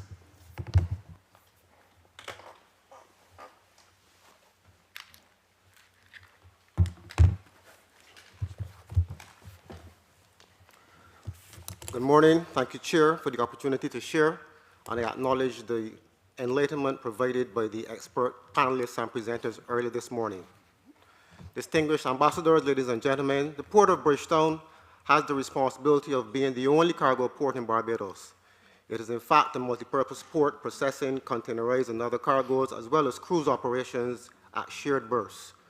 While cruise operations represent a smaller part of our port's business, tourism remains the backbone of our foreign exchange earnings, with cruise passengers accounting for half of all visitors to Barbados. We import over 90% of all consumables and raw materials, most of which enter the island via the Port of Bridgetown. The port therefore plays a significant role in social, economic, infrastructure development, and border security. A resilient Barbados port is consequently essential for a resilient Barbados. Our first step in developing the innovative Barbados Port Community System was establishing the largest and most diverse stakeholder steering committee of any PCS. This diversity ensures that the design of the PCS catered to the traditional port and maritime interests, and also the interests of the environment, commerce and business, energy, transportation, health, and national security. Our second step was to ensure that the architecture provided for the interoperability across the digital systems supporting these diverse interests, and to provide an interconnected experience across traditionally disconnected information services. The MSW, an already functional component of the PCS under development, is interoperable with 3 other systems. The first is Lloyd's Vessel Register, one of the oldest vessel registries in the world. And this global registry provides real-time information on all vessels, even those which have not yet visited Barbados. The second is the UNCTAD, Automated System for Customs Data, also known as ASICUDA, which provides direct data on cargo manifests, eliminating instances of fraud, errors, and revenue leakage associated with the traditional manual submissions where importers provided one paper submission to customs and another separate and distinct paper submission to the port. Real-time error checking and reconciliation was therefore impossible. We've now created a transparent process that minimizes administrative duplication. And the third instance is the electronic relationship with the Joint CARICOM Impacts Regional Intelligence Communication Center. The JRCC forms a central clearinghouse and a pre-screening agency acting as a conduit across CARICOM agencies. This forms the main support to our system by providing information on passengers and crew, as well as other targets of interest. The four pillars grounded the evolution to a bespoke port community system. The first was embracing the concept of the electronic single window. The second, as mentioned earlier, was legislation.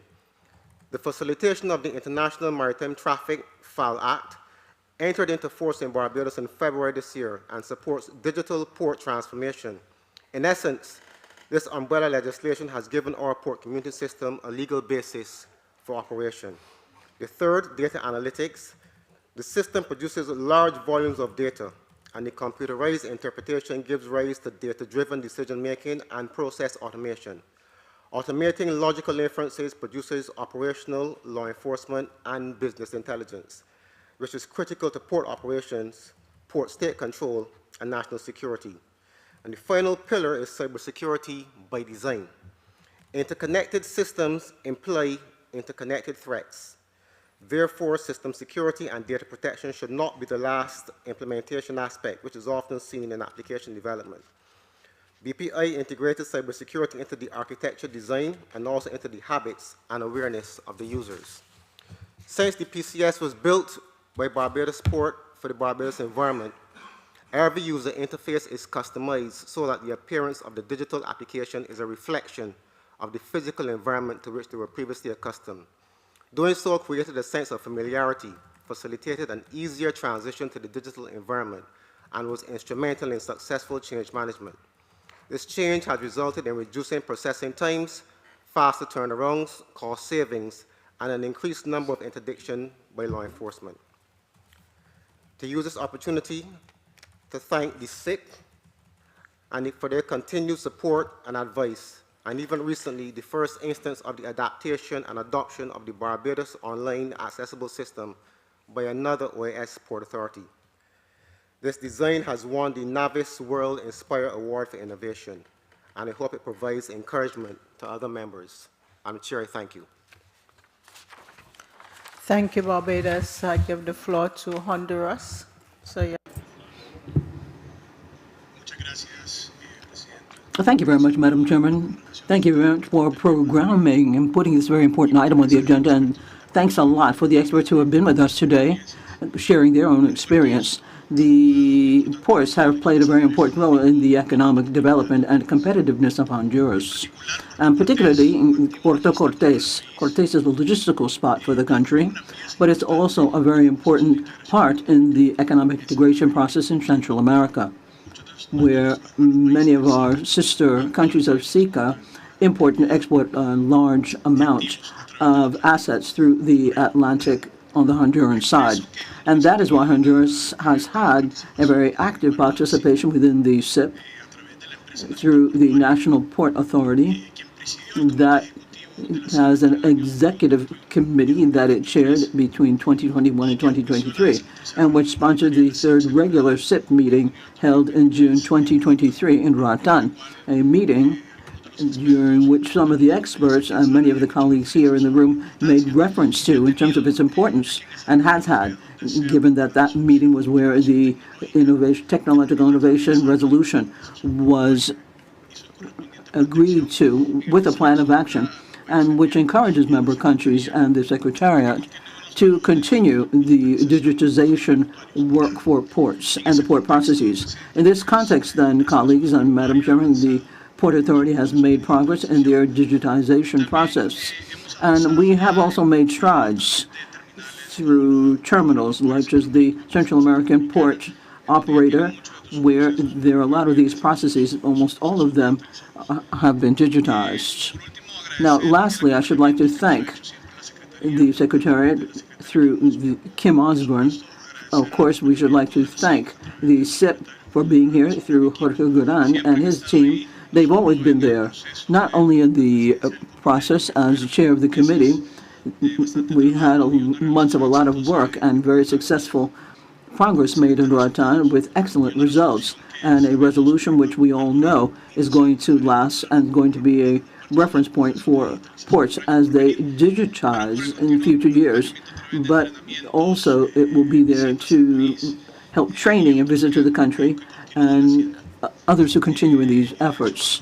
In point of fact, we will be there this week during the 5th Hemispheric Conference on Port Security. So we truly appreciate the Secretary's presence and the SIP team. Thank you very much, Madam Chairman. Thank you, Honduras. I now give the floor to Guatemala. Thank you very much, Madam Chairman. Guatemala truly appreciates the presentations made by the illustrious presenters, and it underscores the importance of the port communication systems for competitiveness and development of our nation. It's clear that implementation of these systems require commitments both from the public as well as the private sector to take advantage of the investment initiatives and to ensure economic development so that they remain competitive globally. In this regard, then, I share our experience and our commitment looking at the recent launch of the single window launch.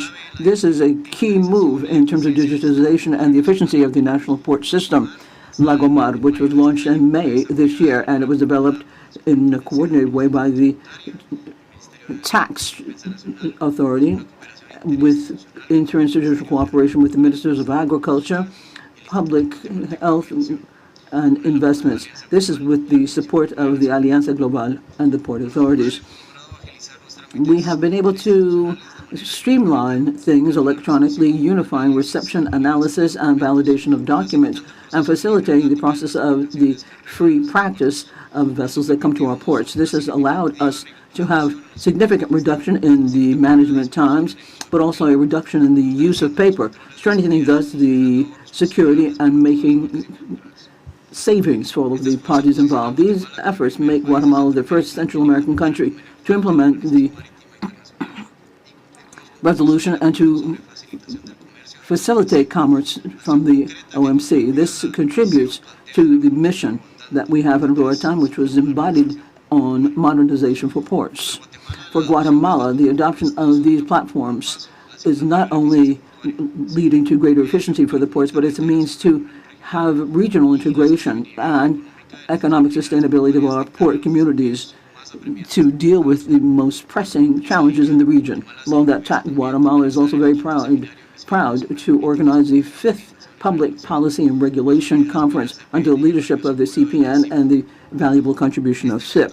This event will be held next week in the city of Guatemala and will look at the necessary legislation for port digitization and will offer an opportunity to have an exchange of experiences and best practices, thus enriching the digitization port efforts in the region. We truly appreciate Jorge Duran and his efforts, Mr. Goda, Mr. Abris, Saina Malis, Monica Blanco, and the rest of the team from the Secretariat of SIP that work tirelessly for technical improvements in digitization and establishing a regulatory framework for all members. And we are thankful for their support. I would like to appeal to member states of the OAS that within the framework of CD, we continue to promote the exchange of experiences in this area, which will serve our authorities as they develop policies and initiatives for cooperation. Thank you very much. Thank you, Guatemala. Argentina, you have the floor. Thank you, Madam Chair. The Argentinian delegation would like to start by thanking the panelists for their presentation in this session, for excellent presentations, which we should make note of. We would also like to express our gratitude to the SIP for providing us with an invaluable platform to exchange experiences and technical cooperation in an area that is as fundamental as port infrastructure. This is a key piece for improving competitiveness and the sustainability of the port sector in the Americas. And Argentina really values the contributions of the SIP and the Technical Secretariat for the development and modernization of our ports and maritime transport systems. As part of the process of port modernization, we would like to present some examples in Argentina. In our country, we have a maritime single window with digital platforms which allow us to become a node for different sectors in a process that needs greater documentation. We are eliminating redundancy or duplicates of existing documents, which is to say that paper documents are being replaced by technological advances to synchronize processes with remote traceability in order to authorize documents. The MSW in Argentina, which was launched in 2020, is part of the development for the electronic dispatch of vessels. All of the bodies that are involved with authorization of vessels require this. Various agencies in Argentina have participated in this, including Migration and Customs, with a single access for increasing efficiency. This is a great proof of the advances that we have made in terms of modernizing our ports in order to adapt to greater demand in global trade and improve efficiency in our logistical operations. I conclude, Madam Chair, confirming the commitment on the part of Argentina to modernizing our ports in collaboration with SIP for both inland and cruise ports between 2023 and 2026. In this technical committee, we have found an important instance of shared development for all member states, developing connectivity and prosperity in the Americas, which contributes to the development of techniques of modernization in our ports. Thank you very much, Madam Chair. Thank you very much, Argentina. I now give the floor to the representative of Peru. Thank you, Madam Chair. Peru believes that it is essential to modernize our ports as part of a greater strategy for economic growth. Our country has a long coast in the Pacific, and we have advanced in digitalization of our port operations in the last few years. The use of platforms such as PCS allow us to strengthen logistical chains, improve competitiveness, and reduce operation times and costs, which is fundamental for our external trade. The National Port Authority is part of the executive committee of the SIP and contributes to development, sustainable development and protection of the environment. In accordance with the resolution of Roatan, in September of 2025, we are aiming to organize a hemispheric conference on these topics. In Peru, we are working to implement PCS in key ports such as Callao, which is one of the most important in the region. We have requested that maritime agencies promote the use of the platform of the MSW in external trade, which will encourage trade without peoples and without the physical presence of stakeholders. The use of the MSU should be considered the only way to send documentation in order to manage administrative processes. The National Port Authority is also in the process of developing its own PCS system in Callao. There has been a portfolio of projects for digitalization in order to make it an intelligent port, contributing to the development of a PCS, a port management system, and a new port system 2.0, improving competitiveness in global trade. Peru's experience also emphasizes the need for cybersecurity and a world of increasing digitization. Along with other member states, we are strengthening our ability to develop digital infrastructure in ports and protect information for the well-being of all of the interested parties. We would like to reaffirm our commitment to the resolution of Roatan, which indicates the importance of technological advancements and port modernization. Following this line, we have proposed working in an update of regulations and in the main ports in the country using the MSW. We would like to congratulate the SIP Secretariat for their work in promoting these efforts on the part of national port authorities to modernize their ports. We have contributed substantially to this dialogue and the presentation of better practices with Antigua, Barbados, and Jamaica and others. Latin America and the Caribbean can lead a port transformation that increases competitiveness, efficiency, and integration throughout the region. Thank you very much. Thank you, Peru. I give the floor to the rep of Uruguay. Thank you, Madam Chair, and thank you very much to the Secretariat for organizing this session and the presenters for sharing their knowledge with us. Ports have been fundamental in the creation of the identity and development of Uruguay. The port of Montevideo has been a pillar with regards to trade integration in the region and the world. The port is not just fundamental to migration and trade, but it has also contributed to urban development and the strengthening of Montevideo's identity as the capital of Uruguay. In 2019, in collaboration with the fishing sector, we have been able to develop our port, which did not only attract foreign investment, but also strengthened a specific economic structure. Throughout the years, the port has evolved to adapt to changes in global trade and has become a symbol of modernization and connectivity for Uruguay, playing a key role in its competitiveness. Today, Uruguay has advanced significantly in modernizing its port infrastructure through a strategic policy with the goal of positioning the country as a regional hub in maritime trade. This policy, supported by the Port Law in 2022, aims to increase the competitiveness of the country, promoting decentralization to develop ports throughout different regions of the country. This public policy also has a focus on the technical capabilities of ports, protection of the environment, and the creation of a national transport policy. Along with other countries, Uruguay has implemented the MSW, managed by the National Port Administration of our country.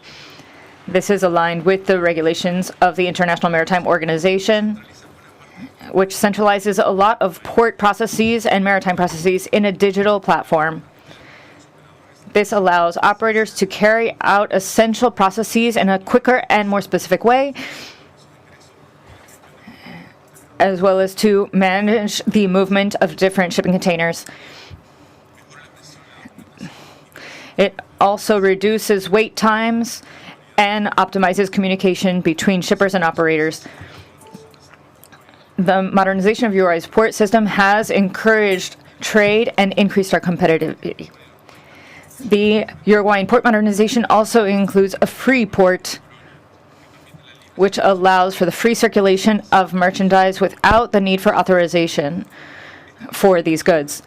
These free ports incentivize greater trade in the region, allowing merchandise to maintain in transit or to be re-exported depending on their nature. This has brought many regional operators and international operators to see Uruguay as an efficient logistical center, as well as an accessible one for managing the shipping of merchandise throughout the region. As part of this policy, we have invested heavily in security technologies. This includes the installation of scanners in the Montevideo port, which allow us to inspect 80% of shipping containers. This reinforces the security of our operations and ensures that the port complies with international standards on customs control, ensuring that operations are secure and efficient. In addition, Uruguay's port legislation has a sustainability focus with practices for protecting the environment at the same time that it promotes security and the well-being of our workers. These measures don't just strengthen the port system, but they also ensure that the operators, they also strengthen operations. These efforts aim to position Uruguay as a leader in the region, combining technology, security, and sustainability in a comprehensive policy. Uruguay actively participates in international fora specialized on modernizing the port system. In this context, Uruguay is holding the first vice presidency of the executive committee of the SEEP, organizing the meeting of the Committee of Montevideo, which recognizes the ongoing efforts in modernization of ports. This would be preparation for the 45th meeting of the SEEP in June of 2026. The meeting in March of 2025 will include best practices for port management, which will include the participation of the majority of port authorities of the SIP. Finally, Uruguay's commitment with port modernization continues to advance in efficient and transparent projects. We would like to reiterate our ongoing support to the Secretary of the SIP. Thank you very much. Thank you, Uruguay. I now give the floor to the representative of the United States. Thank you, Chair, for providing a space to discuss this important topic, which can bring great economic and security benefits to our region. I would also like to extend a thank you to the wonderful panelists who have delivered great presentations and informed this room on the critical role which ports can play in our hemisphere. I would like to note the timeliness of today's discussion, as the 5th SEEP Hemisphere Conference on Port Security and Protection begins tomorrow here in Washington, D.C. The focus of this Hemisphere Conference is to foster a dialogue and an exchange of ideas between public and private decision makers from the port and maritime sectors to offer actionable recommendations to bolster security, operations, digitalization, and the use of emerging technologies. Ports have historically served as an important part of the United States national economy, and today over 95% of cargo entering the country arrives by ship. Ports have great positive impacts on local and regional economies and also serve as a resource for national defense and emergency preparedness. Needless to say, ports are a vital part of national, regional, and international trade and economic networks, which is why the U.S. understands the value of using port community systems to modernize and increase productivity and efficiency within our ports. We also believe in the value which comes from supporting the infrastructure of ports in the region. One such project, for example, which the United States Agency for International Development has undertaken in collaboration with the U.S. Army Corps of Engineers, was supporting the government of the Dominican Republic to produce key infrastructure projects in and around the port of Manzanillo in the Dominican Republic. This supported minimizing the risk of corruption and enhanced competition. This program further strengthened the Dominican Republic's procurement capacity while protecting strategic infrastructure and economic assets, particularly those related to building inclusive and resilient supply chains. Supporting programs which undertake key infrastructure projects and create port community systems remains a relevant and effective solution in addressing major issues which ports around the region are facing. Through modernizing our ports and adapting emerging technologies and artificial intelligence as they become available, we can prevent transnational criminal organizations from using our ports as a tool for illegal activities. The United States hopes to continue working on this issue with partners throughout the region. Pursuing the modernization of ports can accelerate economic progress and partnership across the Americas and benefit all of us in the long run. My delegation looks forward to continued dialogue on this matter. Thank you. Thank you, United States. I see there are no further requests for the floor. In that regard, I propose that CD express its gratitude to our invited experts for their valuable contributions. I further propose that CD instructs the CIP to continue its work in this area and keep CD apprised of progress in this regard by providing an update in the first semester of the CD in 2025. Furthermore, I propose that SEDI be instructed to document and follow up on the cooperation opportunities identified and to assist member states in posting the offers on CorporaNet. If there are no objections, it is so decided. Thank you all for your substantial contributions and comments, which the Secretariat has duly noted. Before we move on to our next item on the agenda, we will allow our guests, if you would like to leave. And thank you so much. Once again, thank you.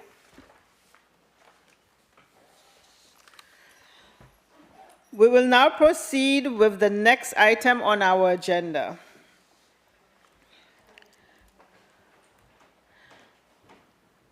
Which addresses the CD sectoral ministerial process cycle.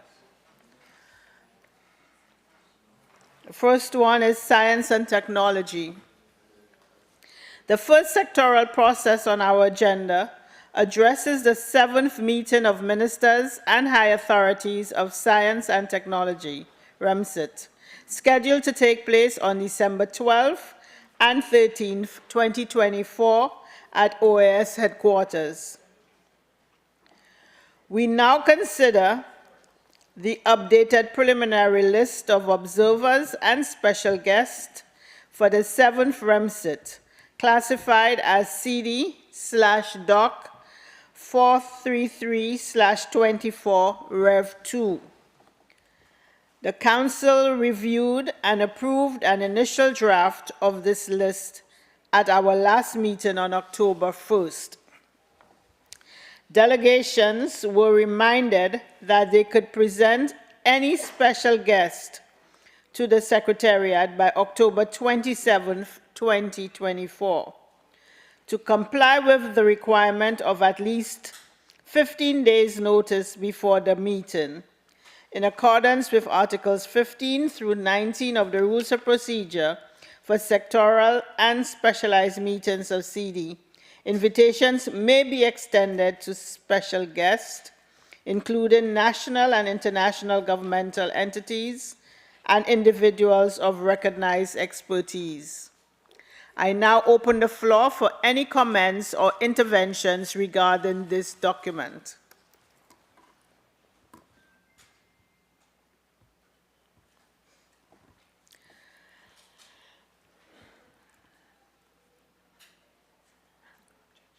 I see we have no objections, no interventions. Therefore, I propose that we approve the preliminary list of observers and special guests with the possibility for it being revised. With no objections, the list is hereby approved. Next, we consider the revised annotated agenda and draft schedule of the 7th REMSIT. I open the floor to delegations who may wish to refer to this document.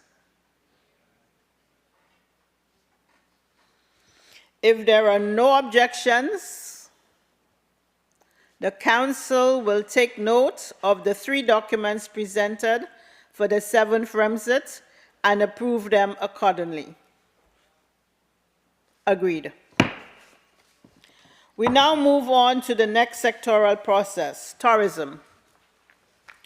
The first issue for consideration under this item is the proposed change of date and place for the 26th Inter-American Congress of Ministers and High-Level Authorities of Tourism. Member states may recall that at the last CD, Ecuador indicated that due to untimely national events, it was unable to host the ministerial as was previously planned. Further to this notice, the Secretariat has been trying to make adjustments to the schedule and to secure the space and other logistics for the meeting. In the Secretariat's assessment, more time is needed to reset in order to host a successful meeting. The draft resolution on this matter was circulated by the Secretariat. To refer to this item, I am pleased to offer the floor to the delegation of Ecuador.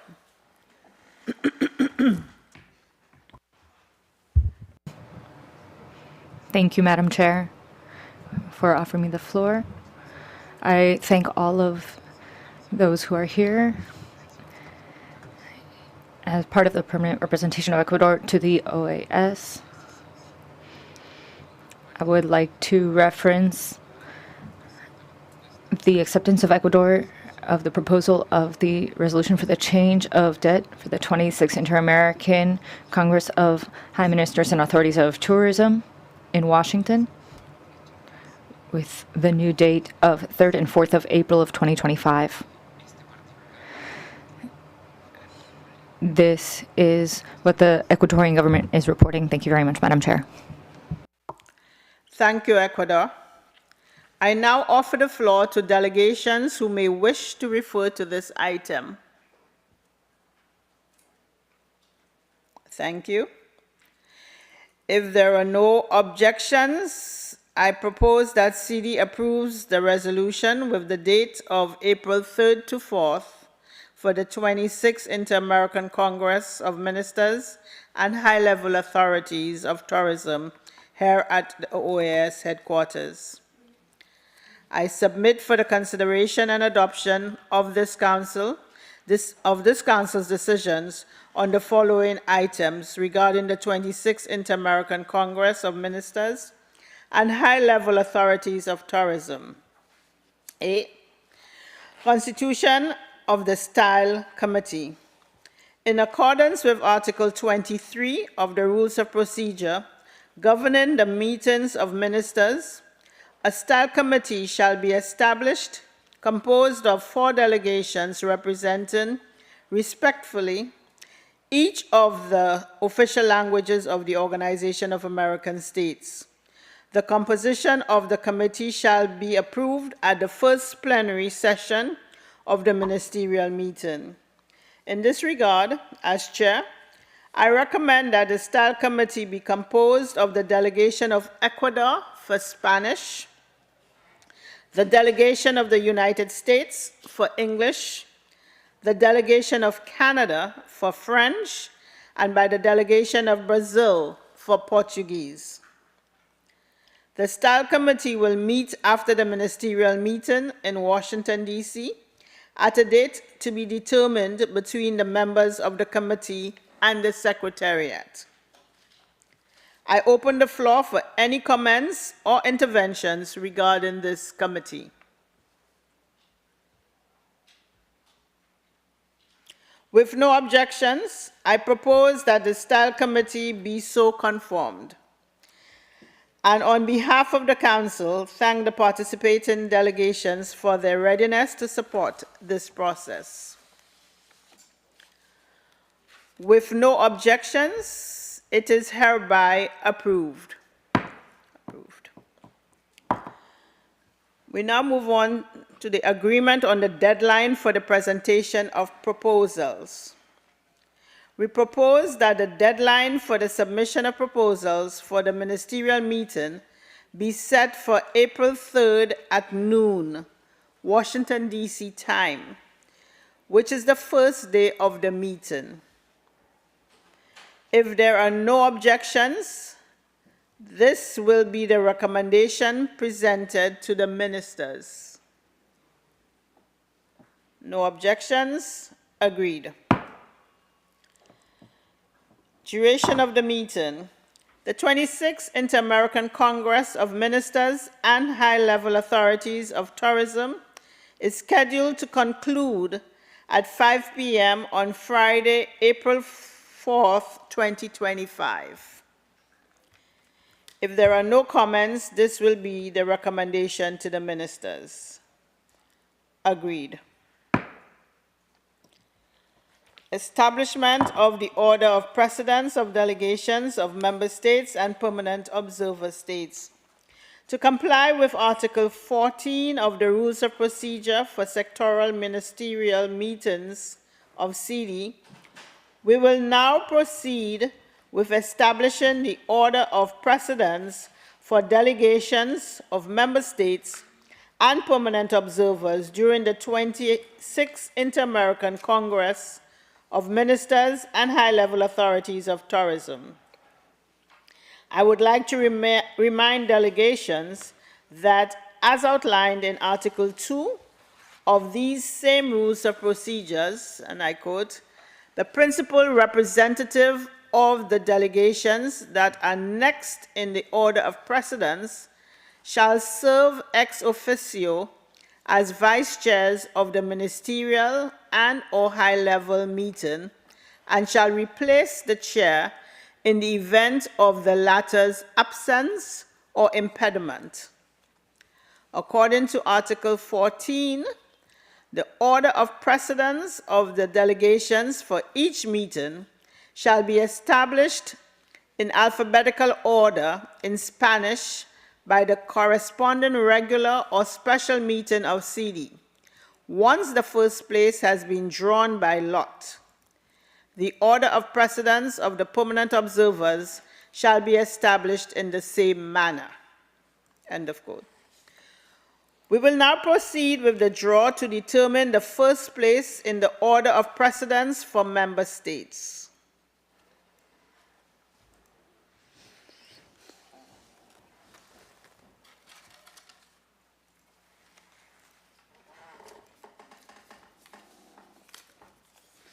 The first place goes to Trinidad and Tobago.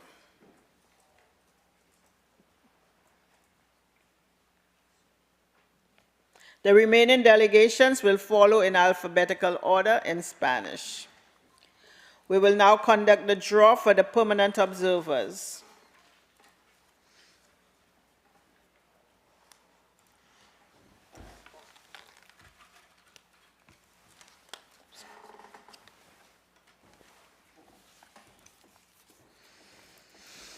The first place amongst permanent observers is Algeria. The remaining permanent observers will follow in alphabetical order in Spanish.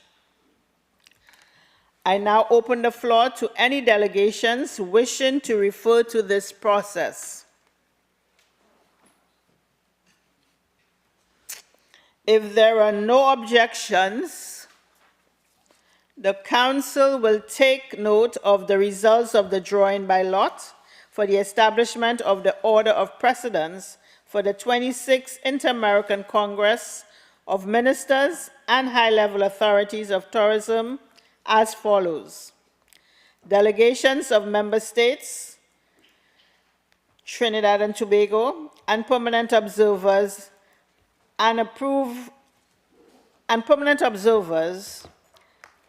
Algeria, and approve.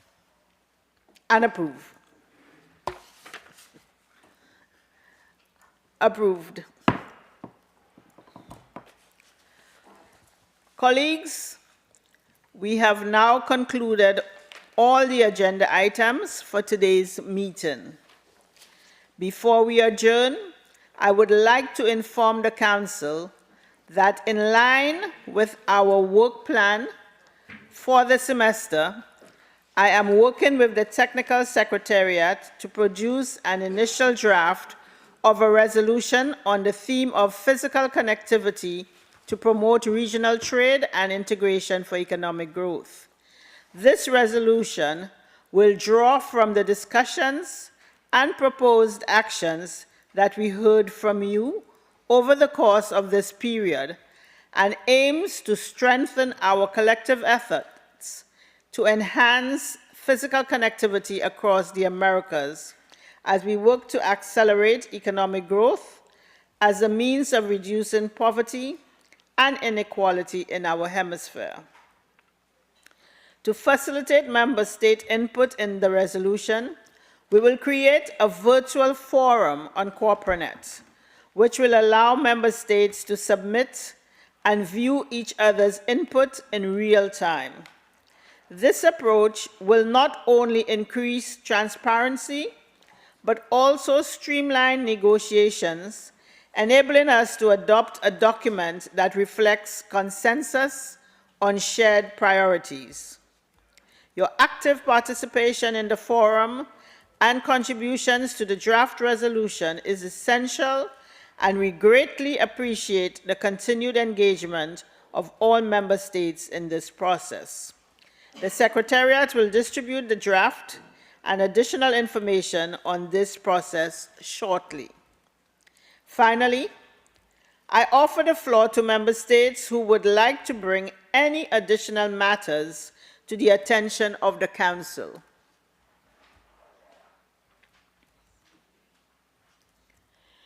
We have no further items for discussion. I thank you all for your participation and wish you the best for a productive week. This meeting is adjourned. Adjourned.